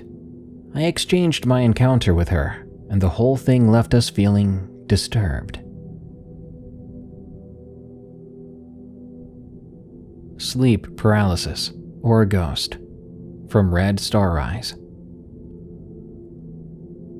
As a child growing up, my little sister and I spent a lot of time at my grandmother's house. It was a large 2-story with about 6 bedrooms between the stories. She and my uncle swore up and down that the previous owner was a criminal who stashed a large sum of money somewhere on the premises, and then shortly after, passed away, but wasn't discovered to have died for some time thereafter. As such, they all claimed that the house was haunted, as the man stalked around looking for his hidden money. Add to this the fact that my grandmother was a practicing witch who had an alcoholic, abusive husband for decades. At one point, she decided, in her own words, to call up all the demons of the underworld to punish him for the rest of his days. May they be short and miserable. Then she had a boyfriend who later died working next door by drowning in a tank of chemicals. With all that, you've got a recipe for a house that was very creepy to stay in. This is my most vivid memory of the place. I was probably about 9 years old. We were staying with my grandma. My room was at the head of the stairs. In fact, the door directly faced them, so you could walk straight up and into my room without stopping. The stairs and floor were very creaky, so it was impossible to step without making noise. When we were all there, we'd have to share beds, so I'd bunk down with my uncle. One night, I heard someone walking heavily downstairs. I'm not sure what time it was, just that it was dark outside. I think it sounded like it came from the basement stairs, but that could be 30 years fogging my memory. I know that I heard the steps coming up the stairs, not in a hurry, just plodding along, slowly, methodically, not trying to keep quiet either. As I lay there, the footsteps crested the top and stopped right in front of my door. There was silence for what felt like an hour. Then the doorknob rattled and turned. The door opened very slowly. I'm not gonna lie, it seemed like whoever was opening it was trying to make it creak as much and as long as possible. At this point, my eyes were clenched shut, so tight they hurt. Then my heart felt as if it stopped because this person stepped into my room and began walking around in a shuffling gait. When they reached the window, which had no curtain, so why bother? It overlooked a huge backyard and no one else was high enough to be able to see in. All was silent again. I strained my ears to listen for anything. I could not hear this person's breathing. Oddly enough, I couldn't hear my uncle breathing either. I don't recall hearing any sounds at the time. I was able to move, but I didn't want to. I was terrified who or whatever was standing there by the window would notice. Then I heard it do what I assume was turn around. It started shuffling again. This time, it went right up to my bed and stopped. I swear that I felt a presence looming over me, looking at me. I finally got the courage to crack open one eye toward my uncle, who was between me and it. I was against the wall. He was still there but seemed deathly still and pale. I wanted to look further up and see if the whatever it was still there, but I also didn't want to, because I was afraid to see it. Eventually, I heard it shuffle back out of the room, then back down the stairs, and when it reached downstairs, it again stopped moving. I sat up slowly and finally looked around. My door was indeed open. My uncle still looked really pale. After waiting a few more minutes, listening, I reached over and nudged him. He was stiff and cold to the touch. I panicked and shook him hard. He didn't budge or stir. I don't think I even remember noticing him breathe. I really was sure he died. I began to cry silently. I didn't want that thing downstairs to hear me. I hugged him and lay there until I finally fell asleep. I woke up in the morning to the usual sounds of everyone up and about, all 8 of them, and my uncle was gone. I got up and looked at the window, and it was bright and sunny out. As I walked out of my room and downstairs, I saw him sitting in the living room, cigarette in one hand, Dr. Pepper in the other, his usual huge grin on his face. "Well, good morning," he said in his typical way too loud manner. "Was wondering when you'd get up. Weird night, huh? At one point I woke up and you were even sleeping with one leg crossed over the other, like you were in a chair." A few months later, when we were back visiting again, I asked him about that night and if he had heard anything. He just laughed and said, "Nope, but then I'm so used to old Albert that he doesn't bother me anymore. One day he'll find that money, I guess, or we will." No one in my family other than me experienced anything that night. I didn't know anything about sleep paralysis back then either. Even today, I'm not sure if it was that or not, considering all the other weirdness I've experienced in that house over the years. A Halloween Haunting from Raikazuchi. My birthday's on Halloween. As such, my friends and I typically spend it trying to find evidence of something spooky, whether that leads us to exploring a graveyard at midnight, breaking into an abandoned asylum, or similar adventures. But on the night of my 18th birthday, we all got more than we bargained for. Our main group back then was comprised of myself, my cousin Leon, and my best friends JB, Parker, and Murph. We'd spend practically every weekend in my father's basement, watching sports, engrossed in video games, or playing music, as we were so sure our little high school band would get picked up if we played in enough bars. It didn't, of course, but just being able to hang out and play as loud as we wanted to was more than enough for us. You see, my father lived in the middle of nowhere, on a 10-mile stretch of road, with all of 2 other neighbors on either end. His house was dead center at the 5-mile mark. No matter how boisterous our little parties got, there was no one remotely near enough to complain. According to my father, he got a sweet deal on the house and property, about 10 acres worth, because the previous owner had gruesomely murdered his whole family, and then hung himself in the shed, some 20 years back. My dad, ever the bargain hunter, would never let such a deal get away, and I personally relished being so close to anywhere likely to elicit paranormal happenings. On top of that, a set of train tracks ran past our yard and was said to lead to an old Native American burial ground within a natural maze of trees. For years, Leon and I tried in vain to coerce the group to check out the burial ground to no avail, as JB was extremely superstitious and Murph was rather timid. Even walking through cemeteries, JB would rarely get out of the car, and Murph would rush back to join him the second he heard any noise. When I turned 18, my cousin and I joked about how that night just had to be the night something would finally happen. With so many alleged supernatural factors practically in my backyard, we resolved to get our group back to the burial grounds, no matter what. We posed this idea the second our other friends arrived, with the intent to eventually pester them into submission. Parker, the rational one of the group, easily agreed, stating that there wouldn't actually be anything back there. JB and Murph continued to stall, saying first they'd go after we had our pizza, then after a few drinks, then after we'd made a fire. The latter option proved to be the most difficult, as despite going weeks without rain, a slight drizzle began right as we attempted to start the fire. Leon and I, both Eagle Scouts, tried our best to get a light, but eventually we gave up, turning to our friends with a shrug.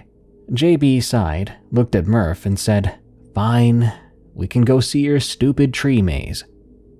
Delighted, Leon and I both bolted to the tracks, calling out to my father that we'd be back later. After walking for a few minutes, my phone rang. It was my father, annoyed that we'd left with the fire burning unattended. "What? No, Dad, we couldn't even get a spark tonight," I said. "Well, whatever you did, it must have worked. Something in it's burning red hot," he replied. I turned around to look at the backyard, and I could clearly make out a decently sized blaze, literally colored blood red, as in the actual red fire they use in special effects by burning lithium chloride. But all we had used for kindling had been some old cardboard boxes and dead branches. I apologized to my father, who said not to worry about it as he'd watch the flame and to just be careful back in the woods. I hung up and looked at my cousin, who was closest to me and had heard the conversation. Didn't we set that fire up in the back where the patch of dirt was?" he asked, to which I nodded. "And isn't that where the shed used to be before your dad knocked it down? Where that dude hung himself?" he asked, nervously. "Yeah, but don't say anything, or JB will never come over to my house again," I replied, chuckling to ease the tension. Leon nodded, but continued to give me a wide-eyed expression as we kept walking down the tracks. A half hour passed, and we reached the stretch of land people claimed to be the burial ground. There was indeed a natural maze in the middle of a field, with tunnels weaving in and out of the trees, and a canopy that blocked out all light. Brandishing our flashlights, we walked into the maze, having to almost drag JB and Murph along with us. Sadly, nothing noteworthy happened as we explored, save for me turning off my flashlight and doubling back behind my friends to jump out and scare them.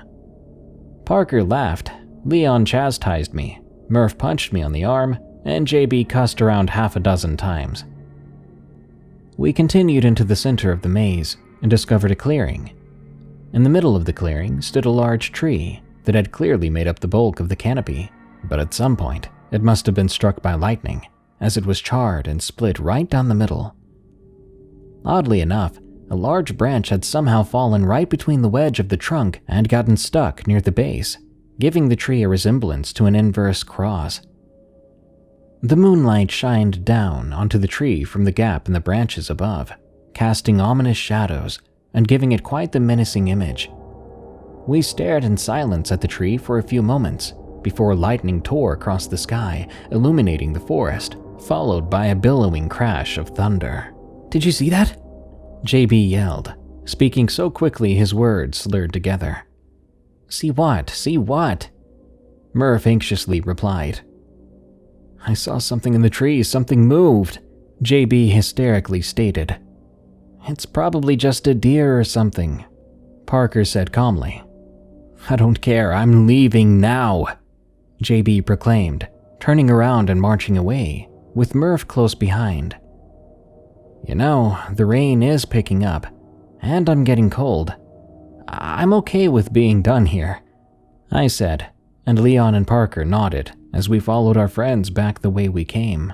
Once we reached the tracks, the conversation naturally shifted to what girls in school we thought were cute, as we were all single teenaged boys. JB was particularly sensitive about his crush, and when her name was mentioned, Parker and I began to tease him, expecting his usual over-exaggerated reaction. However, this time, there was no reply. As I turned back to look at my friend, I saw him standing a few feet behind the group, staring into the dark with his back turned towards us. "JB, you okay?" asked Leon. "You don't see it," JB whispered, almost inaudible. "Come on, dude. You tried that already," I said, putting my arm around his shoulders. "No. Look. The man in red," JB replied, again barely above a whisper. I looked at Parker, and we both rolled our eyes before Leon tapped me on the shoulder and said, "Cuz, wait. Look." I turned and squinted in the darkness, following JB's gaze, and to my shock, in the distance, there was a red glow, identical in hue to the inexplicable fire we had seen in my backyard earlier that evening. At first, I thought it was getting progressively brighter, but soon I realized it was in fact getting closer. As the light drew nearer, I began to make out a silhouette within the glow. A silhouette of a body. The human form itself was jet black, or perhaps so obscured by the night as to render details indistinguishable. Around the body, or whatever it was, a red aura surrounded the figure, similar to the way a halo appears around streetlights from far away. "What is that?" I began, before I felt JB collapse next to me. "Dude, are you okay?" Leon panicked, dropping to his knees to tend to our unconscious friend, but I couldn't take my eyes off the figure, which appeared to be moving in on us faster now. "'Cause we need to move. Now! Grab him and let's go!" I shouted at Leon, who looked up and gasped at the sight of the advancing entity. Thankfully, my cousin was easily the largest of our group, a linebacker for the school football team, and physically the strongest by a landslide.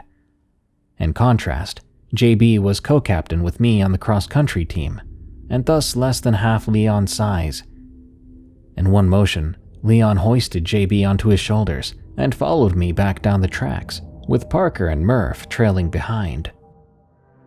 When we got back to my father's garage, he had already put out the fire and gone to bed. We sat JB up in a chair and caught our breath before discussing what we should do. At that moment, we heard the chair move and turned to see JB standing straight up, facing the forest. JB, you good?" I asked, moving in front of him to see his face. My heart nearly stopped as I looked into his eyes. They were completely black.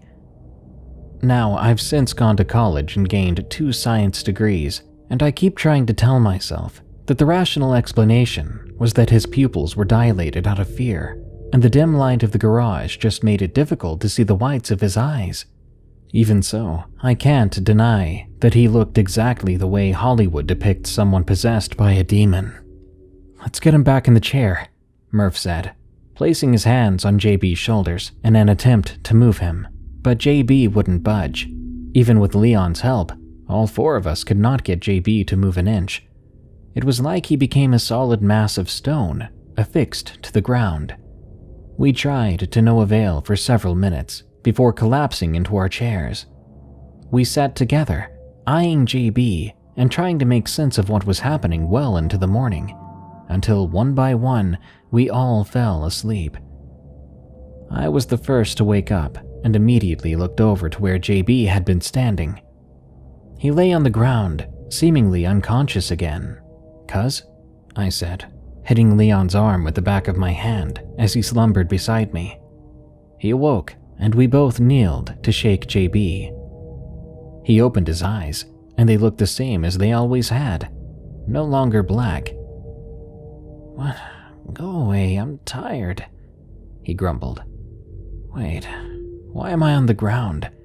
he asked, slowly getting to his feet. This prompted Parker to wake up as well, who nudged Murph until he was awake. We asked JB if he felt all right, to which he didn't understand our concern. We reminded him that he had seen the red figure and passed out, but he had no recollection of the night's events. "Don't mess with me, guys. You know I hate that. I thought we were just going to check out that stupid maze. What happened after that?" he asked, voice shaking. I looked at my friends, all of us standing in silence. Together, we recounted what had happened. When it got to the part about the entity, I looked to Parker for some clarity. "I don't really know what happened, honestly," he began. "We saw you staring at nothing, and then Rai put his arm on you, and you went down hard. Rai yelled at Leon to pick you up, and they both took off, and Murph followed. I turned back to see what the big deal was, and I didn't see anything, but I just started to feel wrong. Like it felt as if the temperature suddenly dropped 20 degrees, and that something was watching me. So I just ran after you." "You mean you didn't run because you heard it?" Murph asked weakly. We all turned to him. "Heard what?" I asked, tensing up. "After Rai and Leon ran past, there was that gust of wind and something whispered, 'Leave this place.'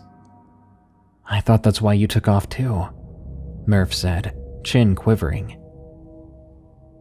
We all remained quiet for some time before my father came out and asked us if we wanted breakfast.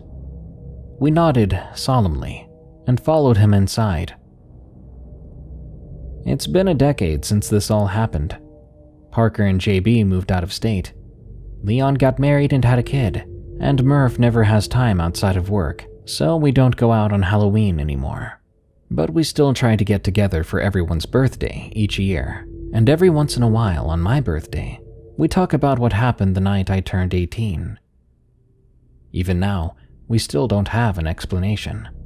But you can bet that was the last time any of us went out back in those woods.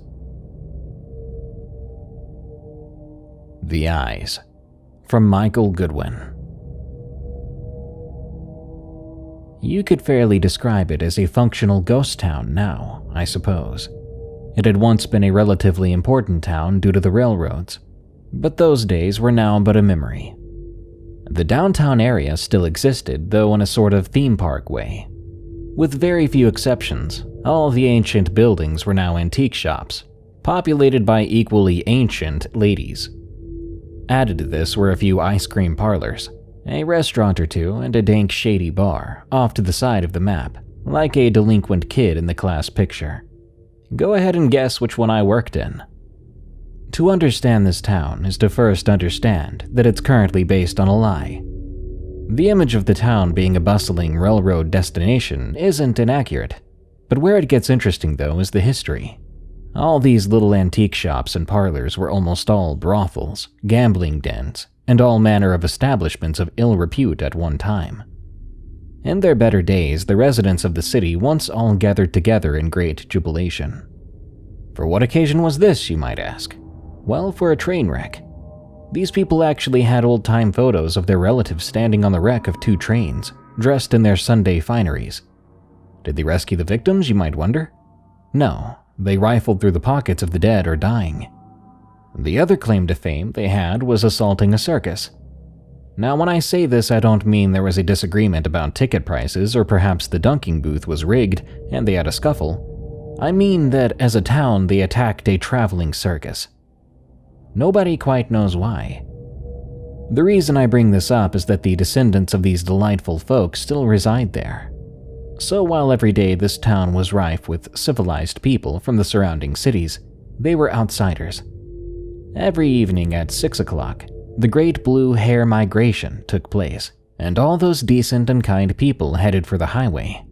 Only one business remained open after that, the only establishment open for several square miles. Mine. A bar in the middle of an abandoned city is quite a thing to see. When that bar is populated by people of, shall we say, lesser virtue, it gets a touch apprehensive. So it was in the fall of 2003 that all that tension finally found a spark. A big, nasty, soggy spark. That year, God apparently had just about enough of these people and sent a flood to get them.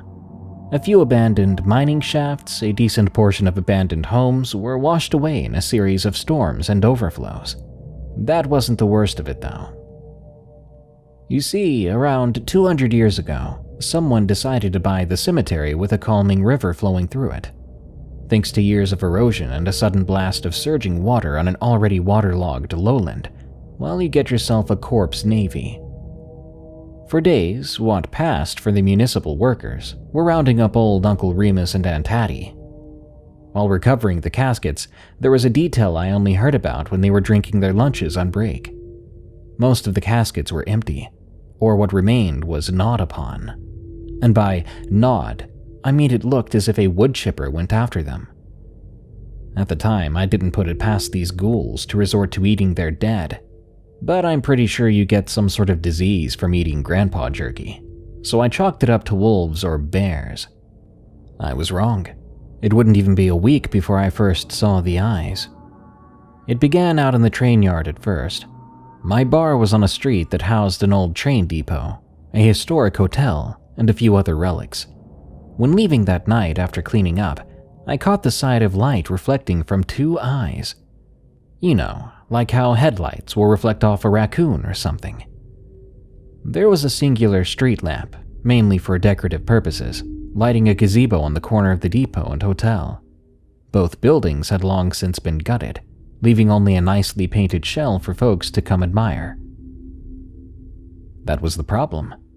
I saw the lights on the 2nd floor. I figured it must have been an owl, or perhaps something that climbed, but I couldn't figure out why it was eyeballing me. I'm hardly a food source for an owl. Either way, I walked to my car about 200 yards away in the fenced-in parking lot. The eyes followed me the whole time. I could never quite see what was up there. The street lamp was modeled after those old Victorian street lamps, so it used an underpowered light bulb. For the next week, things went the same. Every night around 3, I would leave and see the eyes. Every night, they would be a bit closer. I also noticed something odd. I heard nothing. By this I mean bugs, wind, leaves. It was all quiet. I'm not saying this thing was manipulating the weather. I'm saying that my sole focus was on it. My mind refused to acknowledge anything else. The wind was blowing, but I didn't feel it. The leaves danced among the trees, and I didn't hear it. Whatever instincts or sense of self-preservation I had was cluing me in on this thing being a bit more than just a big-headed bird, and to keep my attention on it. I admit now that I broke the law. In my state at the time, a firearm could only be transported in the trunk, separate from the ammunition. I would drive into work, retrieve my weapon from the trunk, insert the magazine, and put it in the waist of my pants in the back. I wasn't licensed to carry it. But at 3 in the morning while being stalked, you'd be amazed at how little you fear being hugged in the state pen. I'm also admitting to being guilty of stupidity. I should have quit. Things went on like this past Halloween and into November. By now, it was no longer content to remain down the street. It also kept changing its location. Some nights it was almost ground level. Others it was in the trees. It soon grew bored of our long-distance relationship. Buildings in this town were all 2 stories. My bar was no exception. The owner kept the second floor as a storage for God knows what, and it would gag a hoarder. Over a few days, there would be scratching or scraping noises coming from above me. The previous summer, this had happened with mice, so I wasn't concerned. Until it occurred to me that the scratching wasn't moving, it was stationary. Something was lightly clawing above me. I had a few customers at the time, and we went to take a look. The problem was we could see nothing. Heck, even getting the door open was a Herculean task. One thing we could confirm, though, was a breeze. A window had been broken.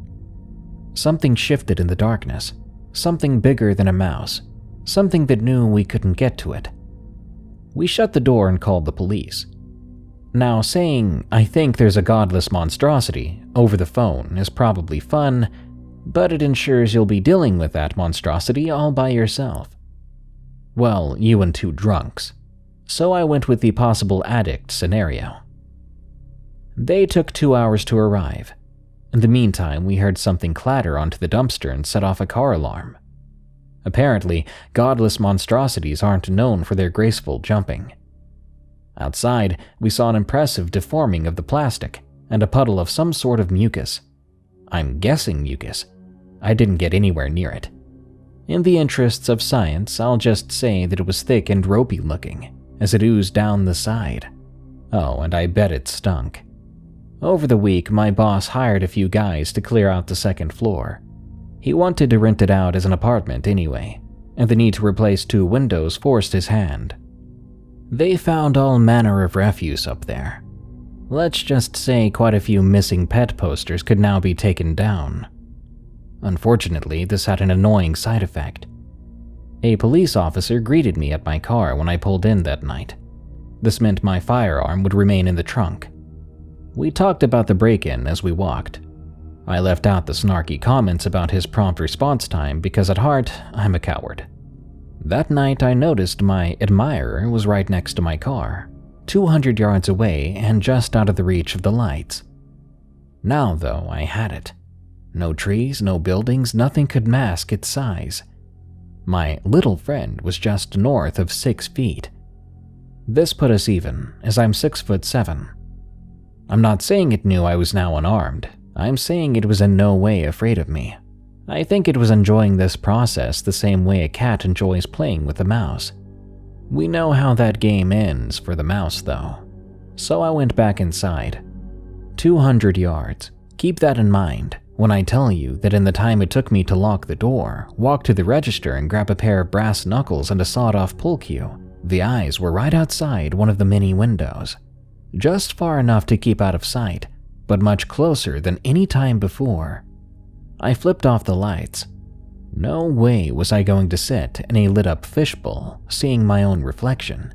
It was time to see this butt-ugly freak for what he was. With no light to reflect off his eyes any longer, I could see very little. My plan wasn't exactly Patton-esque in its effectiveness. In the weeks leading up to this, there had been a debate as to what it could be. Most jokingly thought it was Bigfoot. But Bigfoot ain't slimy, so that was out. Some said a dogman. What is a dogman? Think of a wolfman who doesn't want to be sued for copyright infringement. An Indian guy even mentioned a skinwalker. But I'm about as Cherokee as a Chinese fellow, so I seriously doubt they'd be after me. Whatever it was out there sizing me up. I think, though, it was aware now that I was larger than it. It also knew I was not fleeing. This wasn't because I was brave, mind you, this was because I had nowhere to go. Slowly, very slowly, it backed away until I saw nothing. I never saw the eyes again. The best I can come up with are two possible explanations. First, it was an addict with grotesque features. I get that it seems like I'm being a jerk about the people of that town, but if anything, I'm underselling it. I can't, though, discount the possibility that I was merely being stalked by someone that night, and the months of those eyes were coincidental.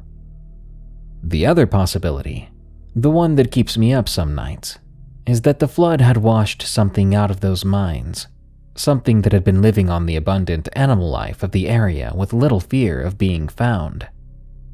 There is also the possibility it was using that graveyard as a snack bar, but I like to not think of that option.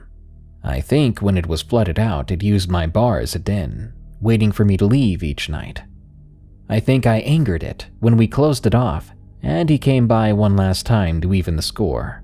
I also think that he survived this long by not being seen. I think he fled for that reason, not for any fear of me. Either way, I left that town very shortly after. I gave my reason as the arrival of winter. Driving in the Michigan weather in December is a fine way to meet Jesus. I'm just in no hurry to do so. I heard the eyes were never seen again there. I'm betting my friend didn't fare too well in the cold, but that town is filled with all manner of abandoned buildings. In fact, that whole area is. I can't help but wonder if out of one of those many windows, something is watching the next poor soul to be sitting where I was. The only other life in the middle of a ghost town. It never leaves me. I've always joked that the paranormal was destined to be my normal, being born on Friday the 13th and all. Growing up, I quickly realized that I saw and felt things others didn't. These abilities really began to flourish in my teenage years. I would meet people and suddenly know things about them I couldn't possibly know. I would have premonitions, sometimes big things, like knowing what would happen in the lives of my family and friends, and sometimes little silly things, like knowing a train would be canceled. I had a couple of relatives pass in my teens, and I saw, smelled, and even felt them around me after they passed. They were comforting experiences, as if they were saying goodbye and letting me know they were okay. I remember one time I was washing dishes in the kitchen. I turned around to grab a towel and a bright white light flashed in front of me, like a camera flash going off or a strobe light. It was in the shape of a head and angel wings. I wanted to understand these experiences, and so I began to read as many books on psychic phenomena as I could get my hands on. I knew without a doubt that what I was experiencing was real, but I also liked to reflect and research on these encounters from different angles. For example, at my great-grandmother's old house in France, I saw 2 apparitions, but I just wasn't convinced they were actually spirits. Like, why would you die and just hang around in your old-fashioned clothes? Surely there's better things to do in the afterlife. I wondered if some of these encounters were just energy imprints left on time. We're all just vibration and energy after all, right? So perhaps in some circumstances I was merely taking a little peek into the past, tapping into old energy.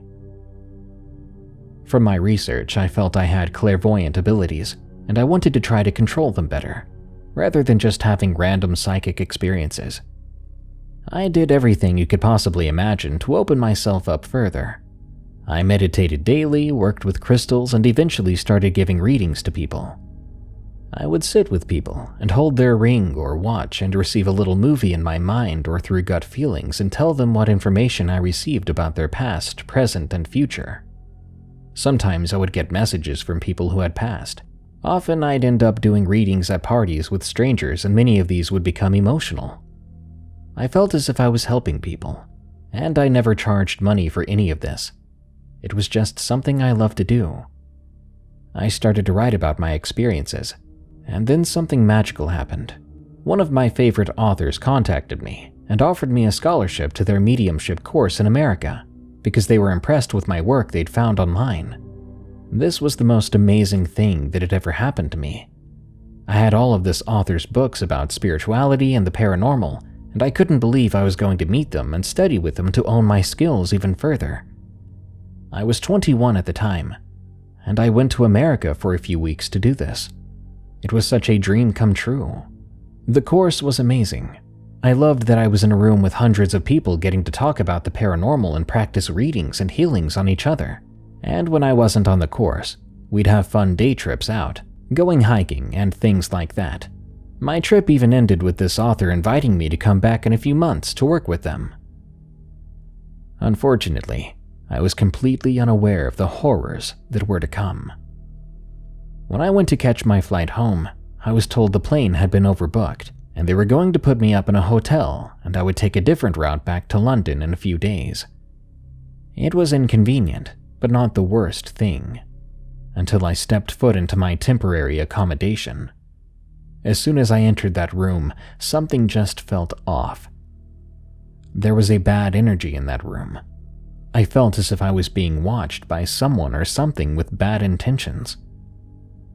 As I went to bed that night, I was horrified to catch a glimpse of something walking towards me in the room. It was a dark mass that looked like some kind of hunched-over creature or person. I slept with the lights on that night and spent as much time out of the hotel room as possible until I was finally able to fly home. That was the first time I'd ever seen something paranormal that had scared me. Usually, my experiences were all comforting and full of good vibes. I'll never forget the night the terror started. I was back in London, excitedly telling everyone how I would be going back to America in a few months for my new job. I said goodnight to my mom and went up to bed. As I lay down and pulled the duvet over myself, I heard it. I could hear breathing next to me. Heavy, slow, horrific breathing, right beside me in my darkened bedroom. I'm not sure I've ever been so scared in my whole life. The hairs on my arms and the back of my neck stood on end. It was the creepiest thing I'd ever experienced. I ran downstairs and sat in the living room in complete shock. I still had goosebumps all over my body, and my mom looked puzzled. "I thought you went to bed," she said. And I made up some excuse as to why I had bolted down the stairs to sit with her. My life changed that night, for a very long time. The breathing didn't stop. Whenever I was alone, it would happen, right next to me. I started sleeping in the living room with the lights on for months. My family again were very puzzled by my new behavior. I tried to find ways to block out the heavy breathing. I put headphones on and would listen to music, only for something to begin pulling and tugging at the headphones. That was almost worse than the breathing itself. I tried hiding under the covers, but something would poke and push on the covers. I was being harassed by something I couldn't see. I didn't know what to do. I was terrified and confused. What the heck happened to me on that trip? Was it that creepy hotel I stayed in where I'd seen the dark mass coming towards me? Had something followed me home? I reached out to friends I'd made on the course, and they said it sounded like something had attached itself to me. I'd worked so hard to open up my energies and own my psychic abilities, and something dark had noticed me and taken a very keen interest in me. I felt as though things couldn't possibly get any worse. I was sleep deprived. I was terrified. And then came the night I saw it. I woke up in bed to the sounds of things being moved around my room and the feeling of pressure on my bed right next to me. I opened my eyes and I cannot even tell you the noise which came out of my mouth when I saw it. I half screamed, half whimpered as I saw something sitting on my bed, looking at me. It kind of looked like a woman, but with a wolf's snout. It had 2 dark eye sockets. There were no eyes, just darkness. It had long white hair and what looked to be a white dress. I'll never forget this as long as I live. That sight is burned into my memory forever. It looked like a combination of an animal and a person. It was just staring at me with these dark, empty eye sockets and that same heavy breathing I'd heard next to me for months. I jumped out of bed and turned on my bedroom light. That's when the banging began from inside my wardrobe. I can't believe my family didn't wake with all my screaming. I called my best friend in tears at 3 a.m., literally sobbing down the phone. I hadn't told anyone what was happening to me. I didn't want anyone to think I was crazy, and I didn't want to scare anyone. But this was too much now. My friend thought someone in my family had died because I was crying so much. All I could tell her was, "It never leaves me."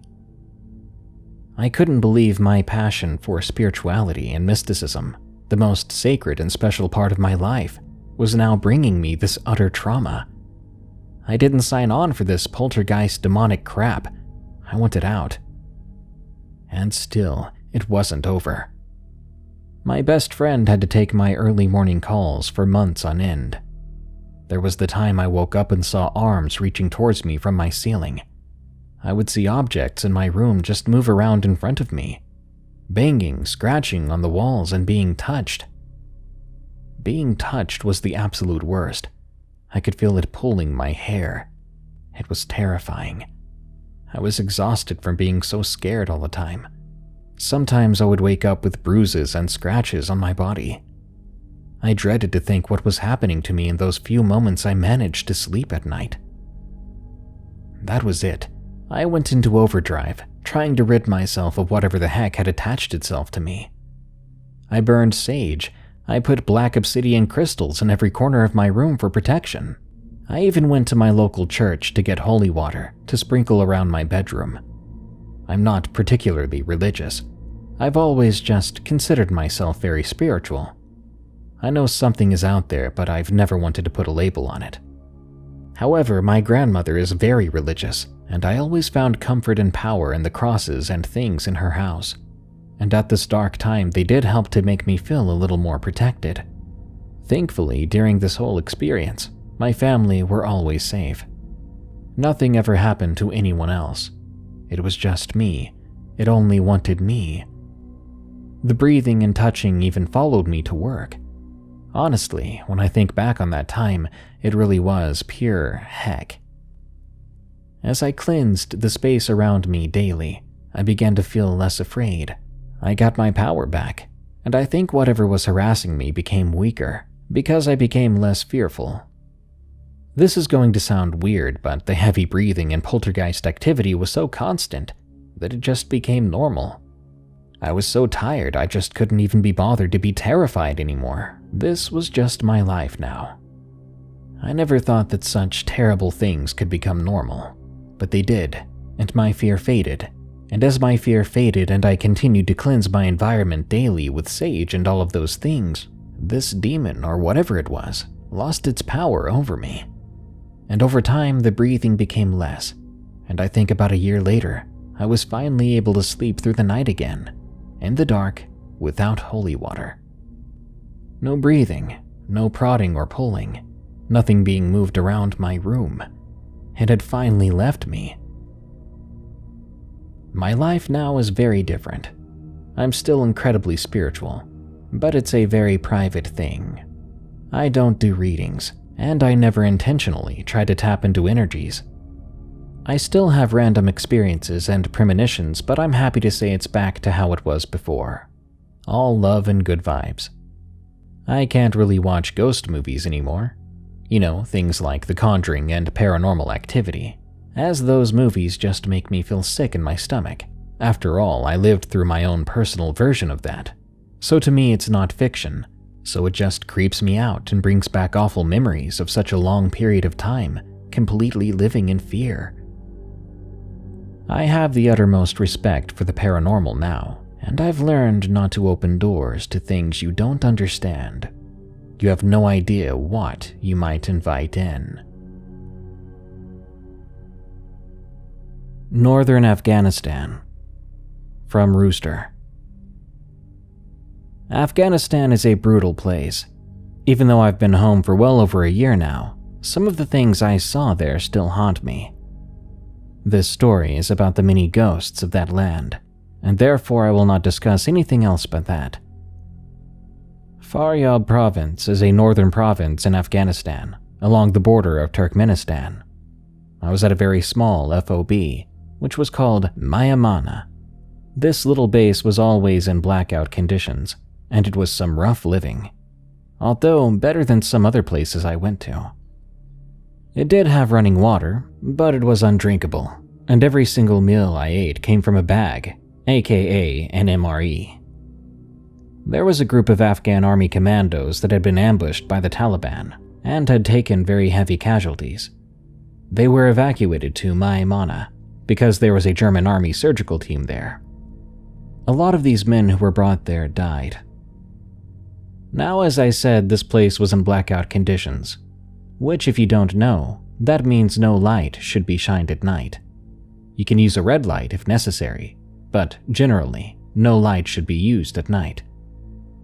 This is a military practice to prevent an enemy from killing soldiers with accurate snipers, mortars, or RPGs. During my time there, I worked on this piece of important communications equipment almost all 24 hours of the day.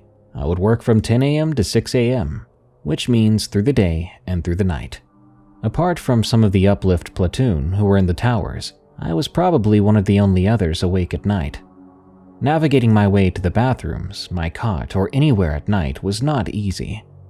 It gets pitch black at night, so often I would use my night vision goggles to get around.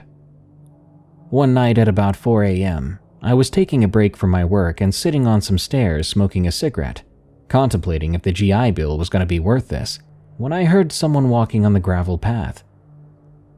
This didn't really seem out of order, but the gait of the person sounded odd. I know that sounds dumb, but it sounded like someone was walking with a boot on one foot and the other one bare. One footstep was loud and the other was muffled or lighter. I turned on the knob of my night vision goggles and put them to my eyes, but I didn't see anyone on the path, which to me didn't make any sense because they sounded maybe 15 feet away. When I stood up and took a step to get a better look, the walking stopped. Well, that confused me, so I walked towards where the person stopped. There was no one there at all. I decided I was just tired, so I just went to the Connex, where we had our foodstuffs, and grabbed like 4 Rippets. These are crappy 2-flavor caffeine-filled energy drinks that'll burn holes in your stomach.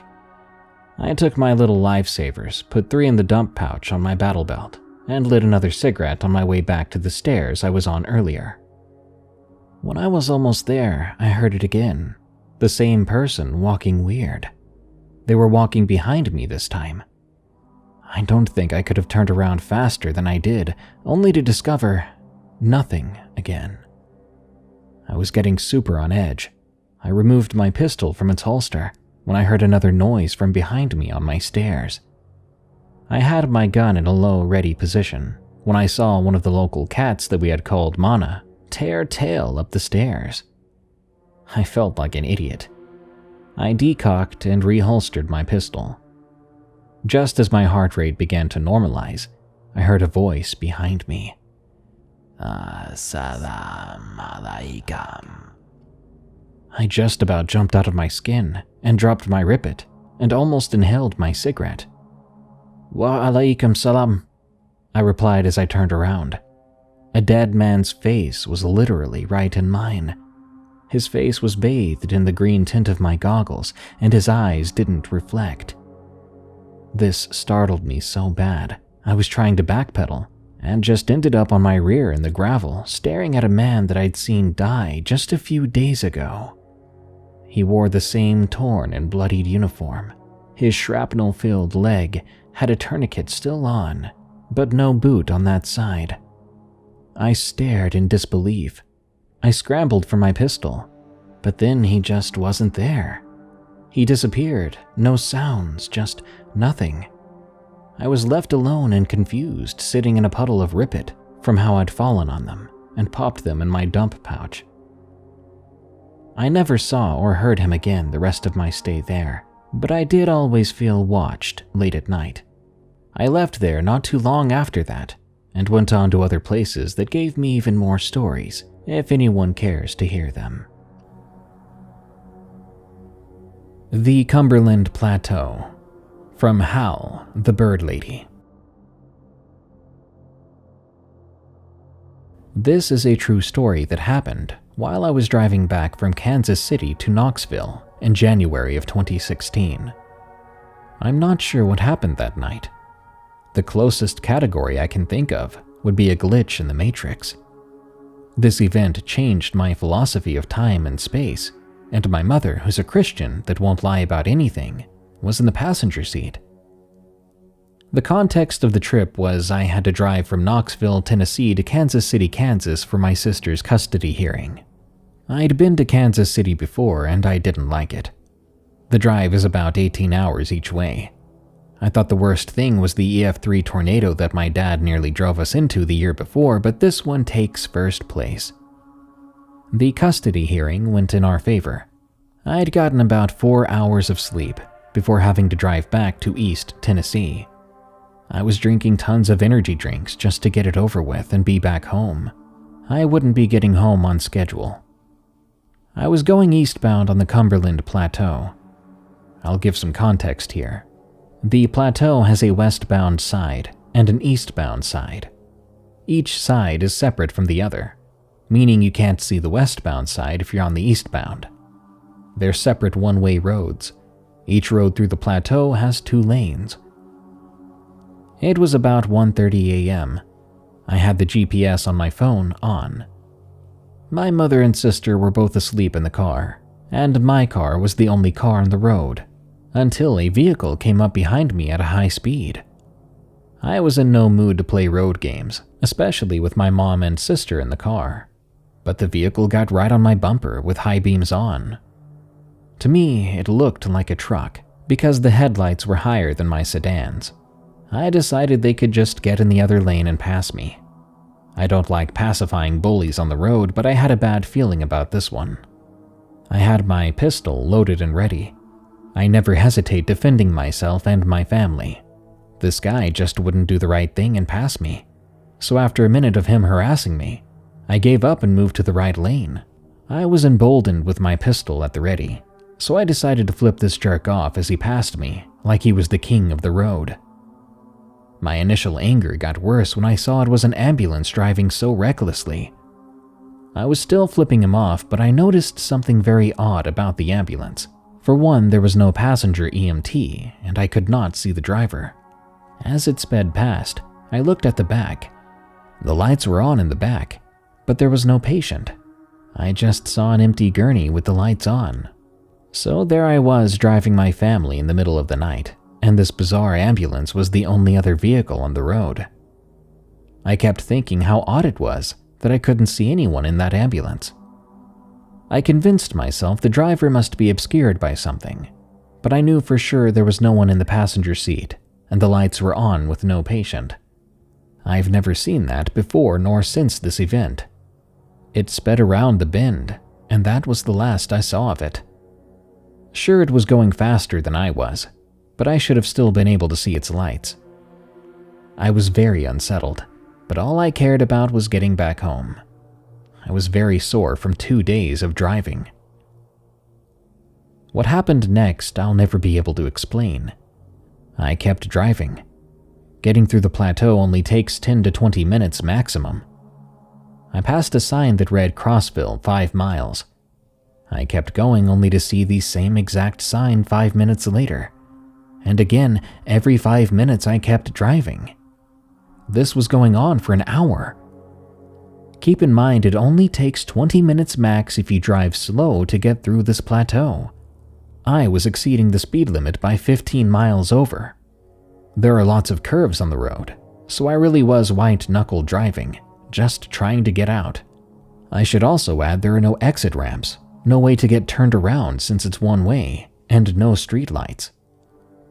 After the hour of driving and seeing that sign, I was really panicking, and my mother woke up. I told her, "I don't know what's going on, but we're stuck on this plateau." She obviously didn't understand, and asked if there was car trouble. There wasn't. Then here comes that sign again, Crossville 5 miles. My mom remarked, "We're fine, Crossville is coming up." I told her she'd be seeing that sign again in 5 minutes.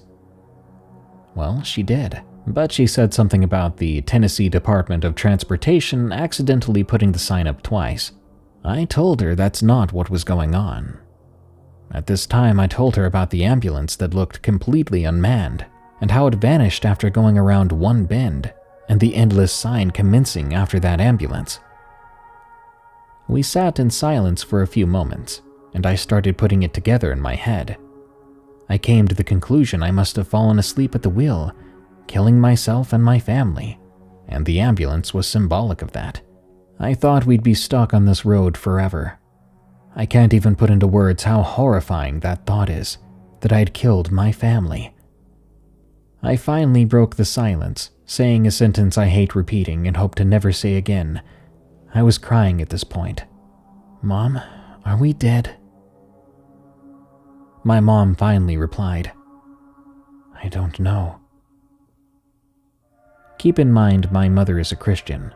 She doesn't believe in in-between worlds and weirdness, like we were experiencing.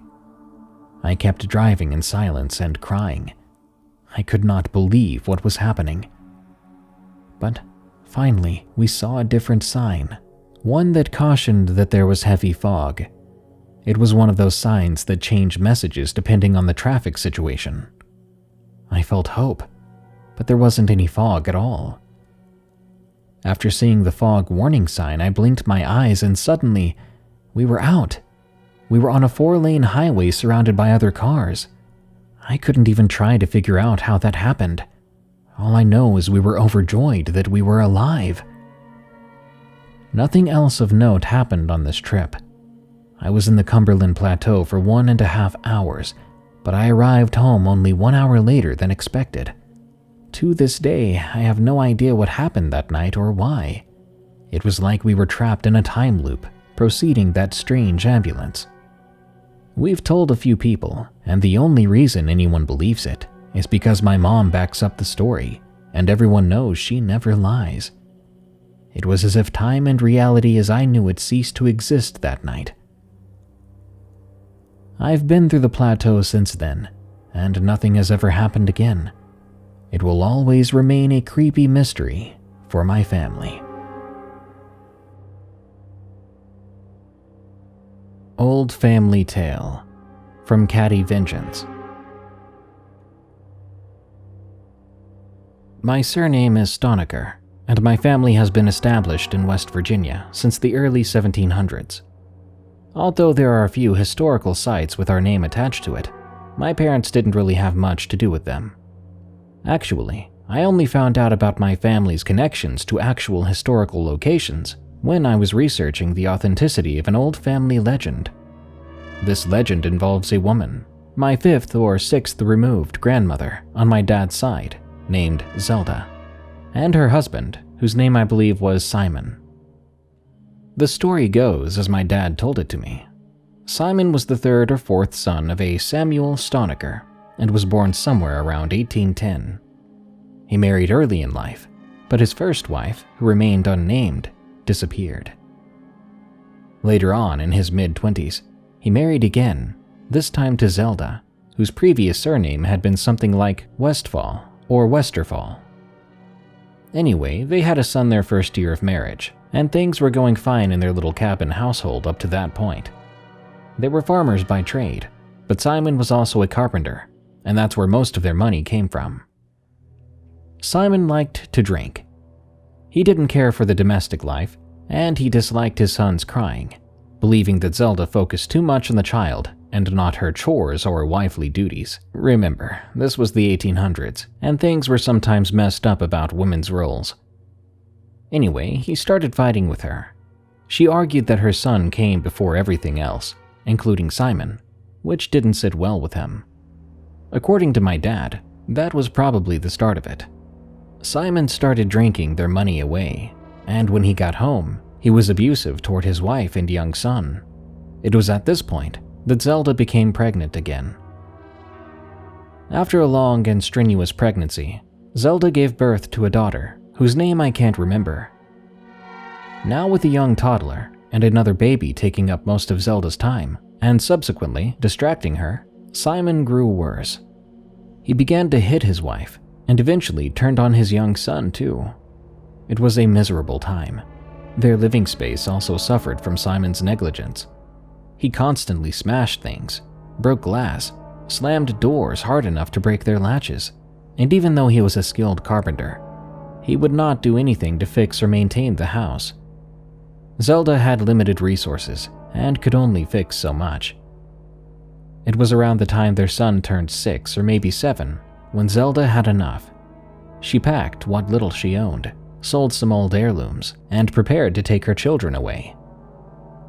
Divorce was still very uncommon and even frowned upon at this time, and a woman alone wouldn't have much chance to do well. But it was either that or subject her children to this man's cruelty. There was just one problem. Simon found out somehow that his wife was planning on leaving him, and he wasn't pleased to let her go. He caught her trying to leave and beat her almost to death. He told her to wait where he left her while he took care of the children. And Zelda, having suffered, having endured, if only for her children, she snapped. While he went outside to retrieve a wood-cutting hatchet, she somehow found her strength. Zelda got up, wiped blood from her face, and dragged her body to their small bedroom. There, her husband's loaded rifle lay on a stand. She took it up, and when Simon dared to come back to the entryway of their home, she shot him dead. Zelda only took enough time to dig him a shallow plot in their garden, kick him inside, and tend to her injuries a bit. Then, with rifle slung over her shoulder, daughter on her hip, and son clutching her hand, she walked her children out of the place and made a life for herself elsewhere, settling either in Rowan or Boone County, West Virginia. Her great-grandchildren took root over in Jackson County, and that's where they stayed, passing this story down over time, until it came down to me and my sister. Now, here's the interesting part. The old Stonecker cabin was lost to time. Nobody wanted it, and the land it sat on was pretty worthless after that. And as far as anyone knows, old Simon is still buried somewhere on that land in an unmarked grave. He's tied to a legend that's called Lantern Man or Lantern Ghost. People report the apparition of a shadowy man toting a lantern and a hatchet who will wander aimlessly over the hills, like he's searching. My dad seemed to think he was looking for his kids to finish what he'd planned to start the night he died. Hearing that as a young child scared the life out of me. I'd like to visit that old place one day to see if I can see old Simon. I wonder if he'd recognize me as his kin, and if he did, what would happen? It's as dreadful as it is exciting to think about. If I ever do go, rest assured I'll let you all know. The Staircase, from AmmeJeanRomeo. When I was in high school, there was a creepy story that used to go around. It is said that in the small wooded area that sat behind the school, there was once a small monastery. The monastery had sat there for 100 years or so before being knocked down. Reportedly, it was knocked down as several people had mysteriously died within its walls, and many of the locals thought it must be cursed, and so demanded it be torn down. As per the locals' wishes, the monastery was torn down, and all that now remained of the building was a single staircase. Why they left the staircase intact, nobody really knows. But since then, it was said that if you walked up to the top of the staircase alone and chanted a special verse, you would be visited by an old monk that had died there. What happened when the monk visited you varied, depending on who you asked. Either you got a good scare from an actual ghost, or in the worst case scenario version, you wound up missing, or even dead. Of course, being kids, some people, namely a group of boys from my year group, thought it would be funny to go and find the staircase and walk up it one by one, chanting the verse.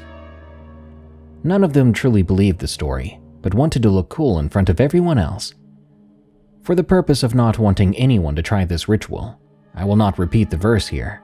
Call me superstitious, but I don't like to mess with these things. Anyway, the group of boys decided to attempt the ritual one afternoon after school. There were 4 of them in total, and they were followed by a group of girls who wanted to see what would happen.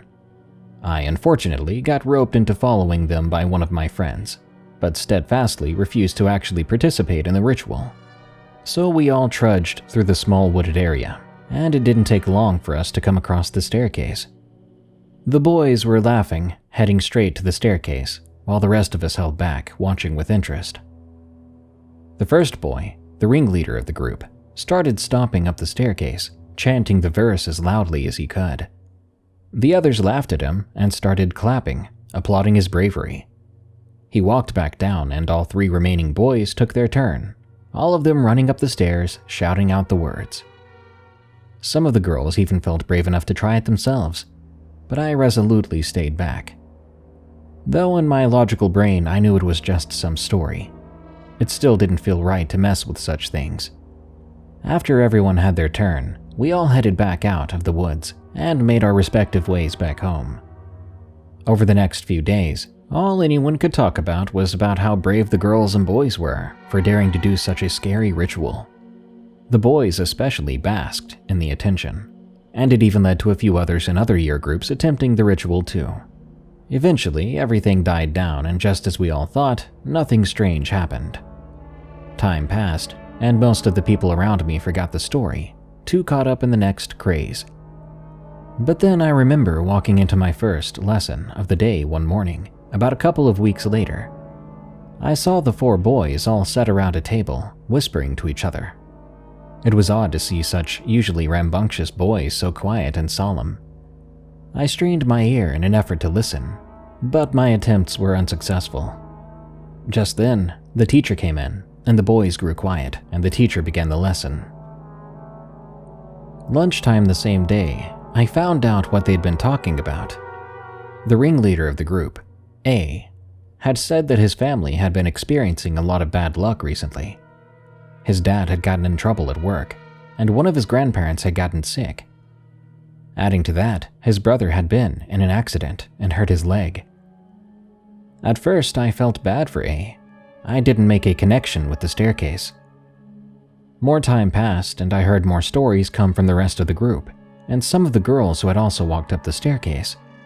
There was nothing about any ghostly sighting, but a continuous string of bad luck. One of the girls said that her mom had nearly gotten into a car accident, but had fortunately been able to swerve the car out of the way in time. I found it odd that all of the people who had carried out the ritual were now suddenly all experiencing horrible luck.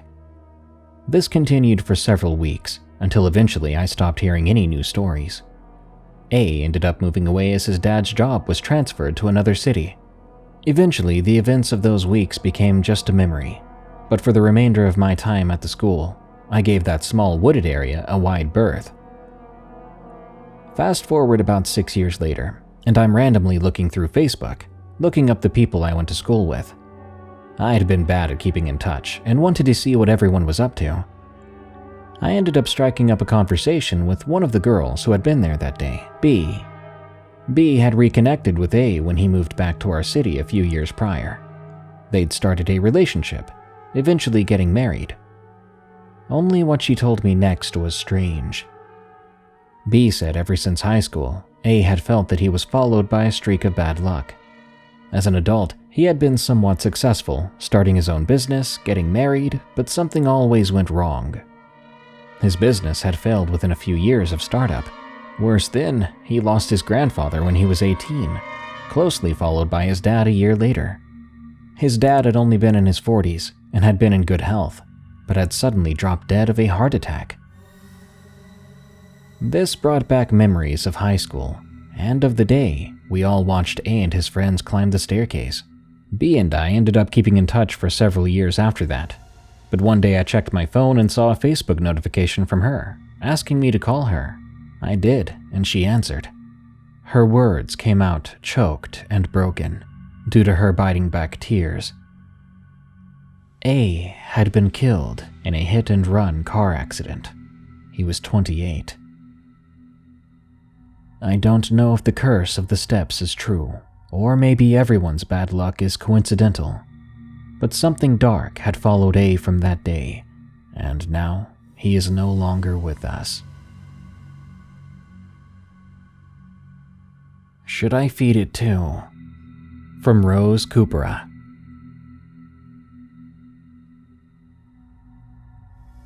My family resides in our home, in a rural area surrounded by farmlands and fruit trees. Living with us are our 4 aspens, a Filipino term for street dogs, 2 male puppies and 2 female adults, of which one was the mother of the former pair. Though they came from a breed of strays, they were taught to behave well, especially when being fed. It's been my routine to feed them thrice a day, and they usually have rice, meat shreds, and some leftovers from our family's meal. For grooming, they were bathed and provided with flea treatments. Haircuts were only done twice for their entire lifetime as they were short-haired. They're actually low-maintenance dogs, but sometimes could get a bit too much to handle for a small girl like me. A dog lover that I was and still am, I always see to it that their needs were tended to.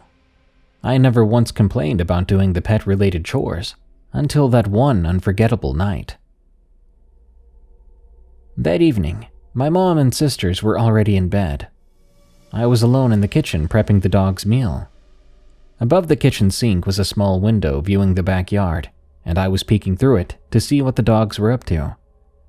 They were there, as usual, in their sitting positions with their tails wagging, waiting for me. Or probably just waiting for their food. Cute. They've got all their lives figured out. They were all staring at the back door knowing food would be served soon. The back door was adjacent to the window.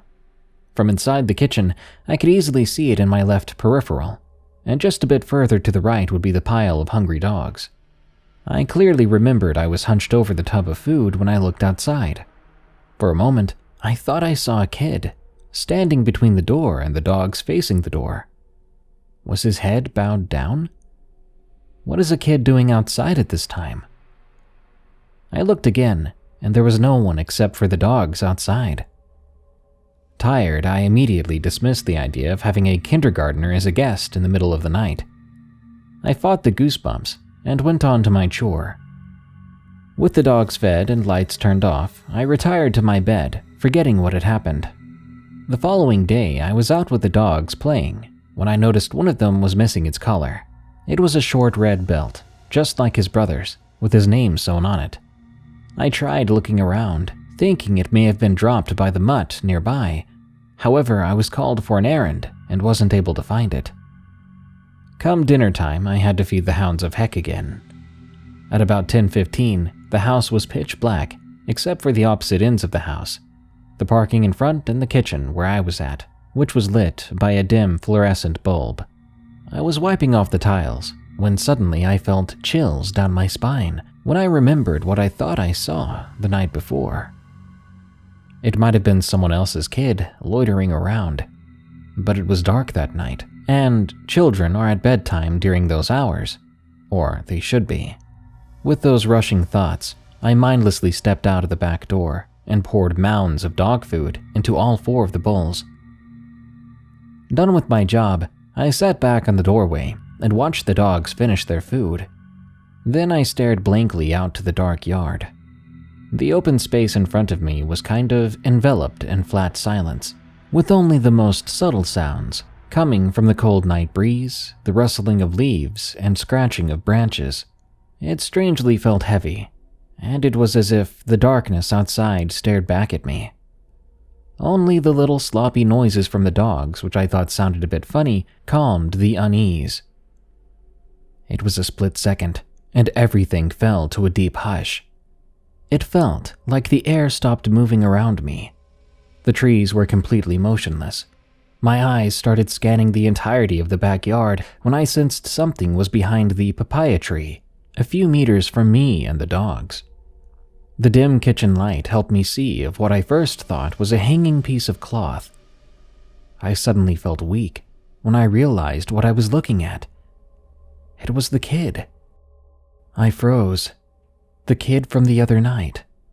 But that kid, I thought, was some random neighbor's child. It was impossible to think that the kid was anyone's. As my gaze fell to his face, I noticed where his eyes should have been were only 2 tiny dark pits. No eyeballs. Just black open hollow pits. He stood motionless behind the tree. A ghost. My mind struggled to think right at that moment. My heart pounded even more when he made the slightest movement. and held out his hand to me. Holy heck, the kid's got my dog's red collar in his hand. I ran back and slammed and bolted the door. My mom was startled by the noise and asked what the problem was. Though shaking, I was able to speak of something about the dogs fighting over their food. She believed me and told me to go to sleep early for class, and hurriedly went back to her room. Still, I was scared of what I'd seen, or what I thought I'd seen. I slowly peeked back out the window, but the boy was gone. I rushed to my bed and under the covers without turning off the light. Early in the morning, my sister woke me up and told me she found and picked up Barry's collar just outside the back door. That night, he or it didn't show up again, or the next few nights. I kept thinking about him for a while. Was the spirit kid looking for food? It was a weird thought, but it had shown up twice when I was feeding the dogs. Or it may have been just my imagination. Every time I see my dog and his red collar, though, I feel chills remembering the boy. I feared that he'd show up again one day. I've never told anyone about this, and up to now, my mom kept wondering why I had to put 5 bowls every time I had to feed the dogs at night, an offering to a stray that might just be in search for something to eat, and in hope that I would never be seeing him again. Ghoul Encounter in Transylvania, from alexsz. I was born and lived in Romania until my late 20s, when I moved to Australia. When I was a kid, I used to spend a lot of weekends and school holidays at my grandparents' house in a little mountain village in Transylvania, a few kilometers from Bran Castle, more widely known as Dracula's Castle. Sorry if it disappoints early in my story, but this is not vampire-related, as some would expect to hear from that part of the world. However, after listening to this account, you might ask yourself the same questions as I do. I'm a city boy, but always loved the picturesque mountains that surround my grandparents' small village. During the summer, I would spend weeks there, riding my mountain bike on dirt roads, hiking to nearby tourist spots, or reading whatever books I could get my hands on at the time. There was no internet there back in the day, no mobile phones, no GPS or fancy technology of the sorts. A completely different era. The summer before starting high school, my best friend and I were both 14, and we went to my grandparents to spend a couple of weeks bike riding, hiking, making the most out of the late summer weather. 2 foolishly daring kids oblivious to taking risks, especially when we were doing stuff together. After about a week of riding the trails in and around the village, we decided to ramp it up a notch and go for a longer ride halfway to the nearby mountain peak, where we knew about a little tourist spot. There was a lookout there, a small cafe souvenir shop, and a car park where vendors would gather around tourist buses to sell trinkets and fresh forest fruit. We were kinda hoping to meet and befriend some cute girls our age, as such creatures were scarce in this village. With the plan ready, we got up early that morning, packing some spare clothes, snacks, and water, and deciding to follow a less circulated track, unmarked on our old tourist map. We hadn't been on that path before, but an old neighbor, who used to be a shepherd, said it was less steep than the marked tourist hiking trails, so it's easier to go uphill on a bike. Well, we assumed. Also, there were hardly any houses on the way. This was good news, as the people in the village kept guard dogs, which often gave chase to us when riding past on our bikes. I kissed Grandma goodbye and told her we'd be gone for most of the day. It was pretty sunny outside, with only a few fluffy clouds, so we didn't mind the weather.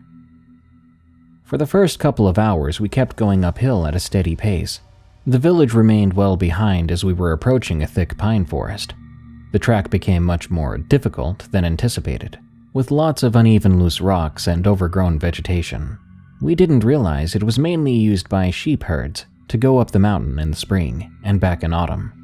But the path was wide enough to ride side by side, so we kept going. After approximately 2 hours of riding with only short breaks for water, we came across a forest. Our path was going right through it, and we both felt a little bit nervous. Before venturing forward, we stopped to have a quick snack and rest a little. We'd left home early and made relatively good time to that point. We needed our energy back before the next uphill stage in our ride. It wasn't uncommon for hikers in that area to come face to face with brown bears, some of which were huge, almost as big as North American grizzlies. Attacks were few, but encountering a bear was honestly my biggest fear. Bears chasing me had been a recurring nightmare I've had growing up. I didn't want to look like a coward in front of my friend, however, so we got back on the bikes. As we were approaching the trees, we noticed a thin smoke rising over them. Hidden between the first row of trees, we noticed a small timber cabin, covered with weathered wood shingles. It looked very old, run down, and we would have presumed it to be deserted, if not for the smoke coming out of the chimney. The windows were small, dirty, and cracked. Adjoining the cabin was a derelict-looking tin shed, barely standing, leaning over the side of the cabin.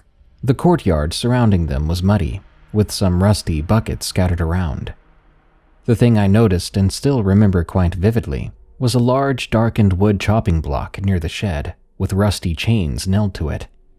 It wasn't something out of the ordinary in rural Romania, where people would often sacrifice animals for food, but I guess those chains just gave me the heebie-jeebies. I was riding in front and slowed down a bit to wait for my friend. I made a childish joke, something like, "Hurry up, Theo, or the bad witch will fly out of that chimney, grab the last rider and toss him into her stew." I said it loudly enough for him to hear.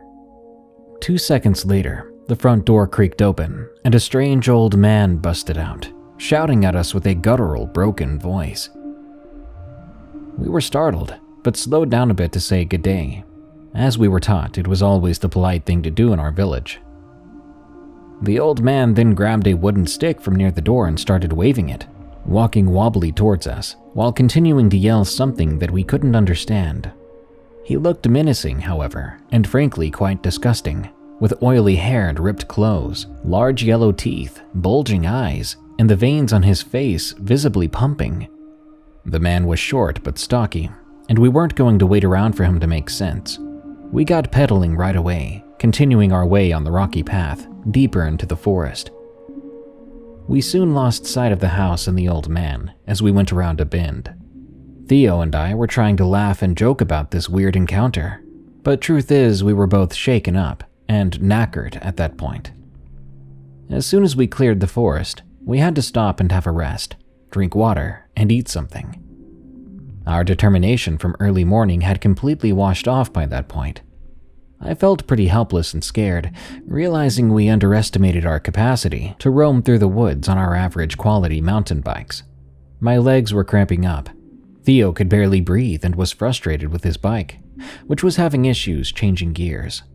Moreover, the front tire was slowly leaking air. This trip was not going very well, and we didn't find it enjoyable anymore, so we were weighing our options. Either we continue uphill for another couple of hours or so towards the tourist spot, and then return to the village on the regular hiking trail going downhill, or accept the defeat, abandon our goal, and go back the same way we came, back through the forest, past the creepy cabin, and follow the crappy path back home.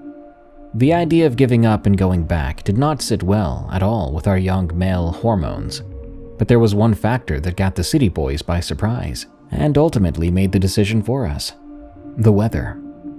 Although it was fine in the morning, by the time we cleared the forest and got to the western side of the mountain, thick gray clouds began to gather. As we finished our snacks, it started to drizzle.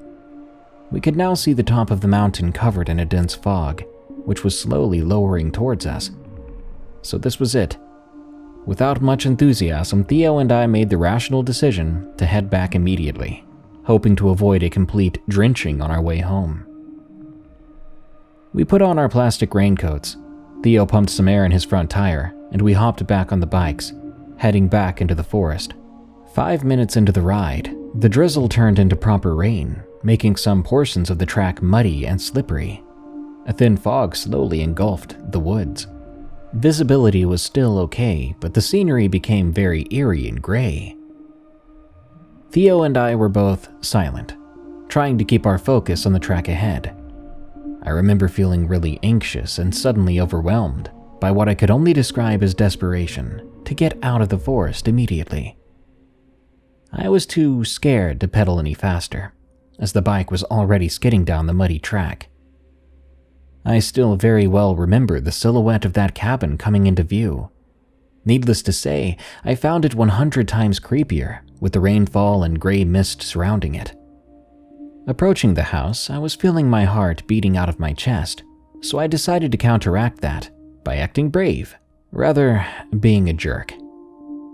I started ringing my bike bell, loudly shouting, "Hey Pops," or "Hey Creepo," along with some expletives a kid my age should not have used.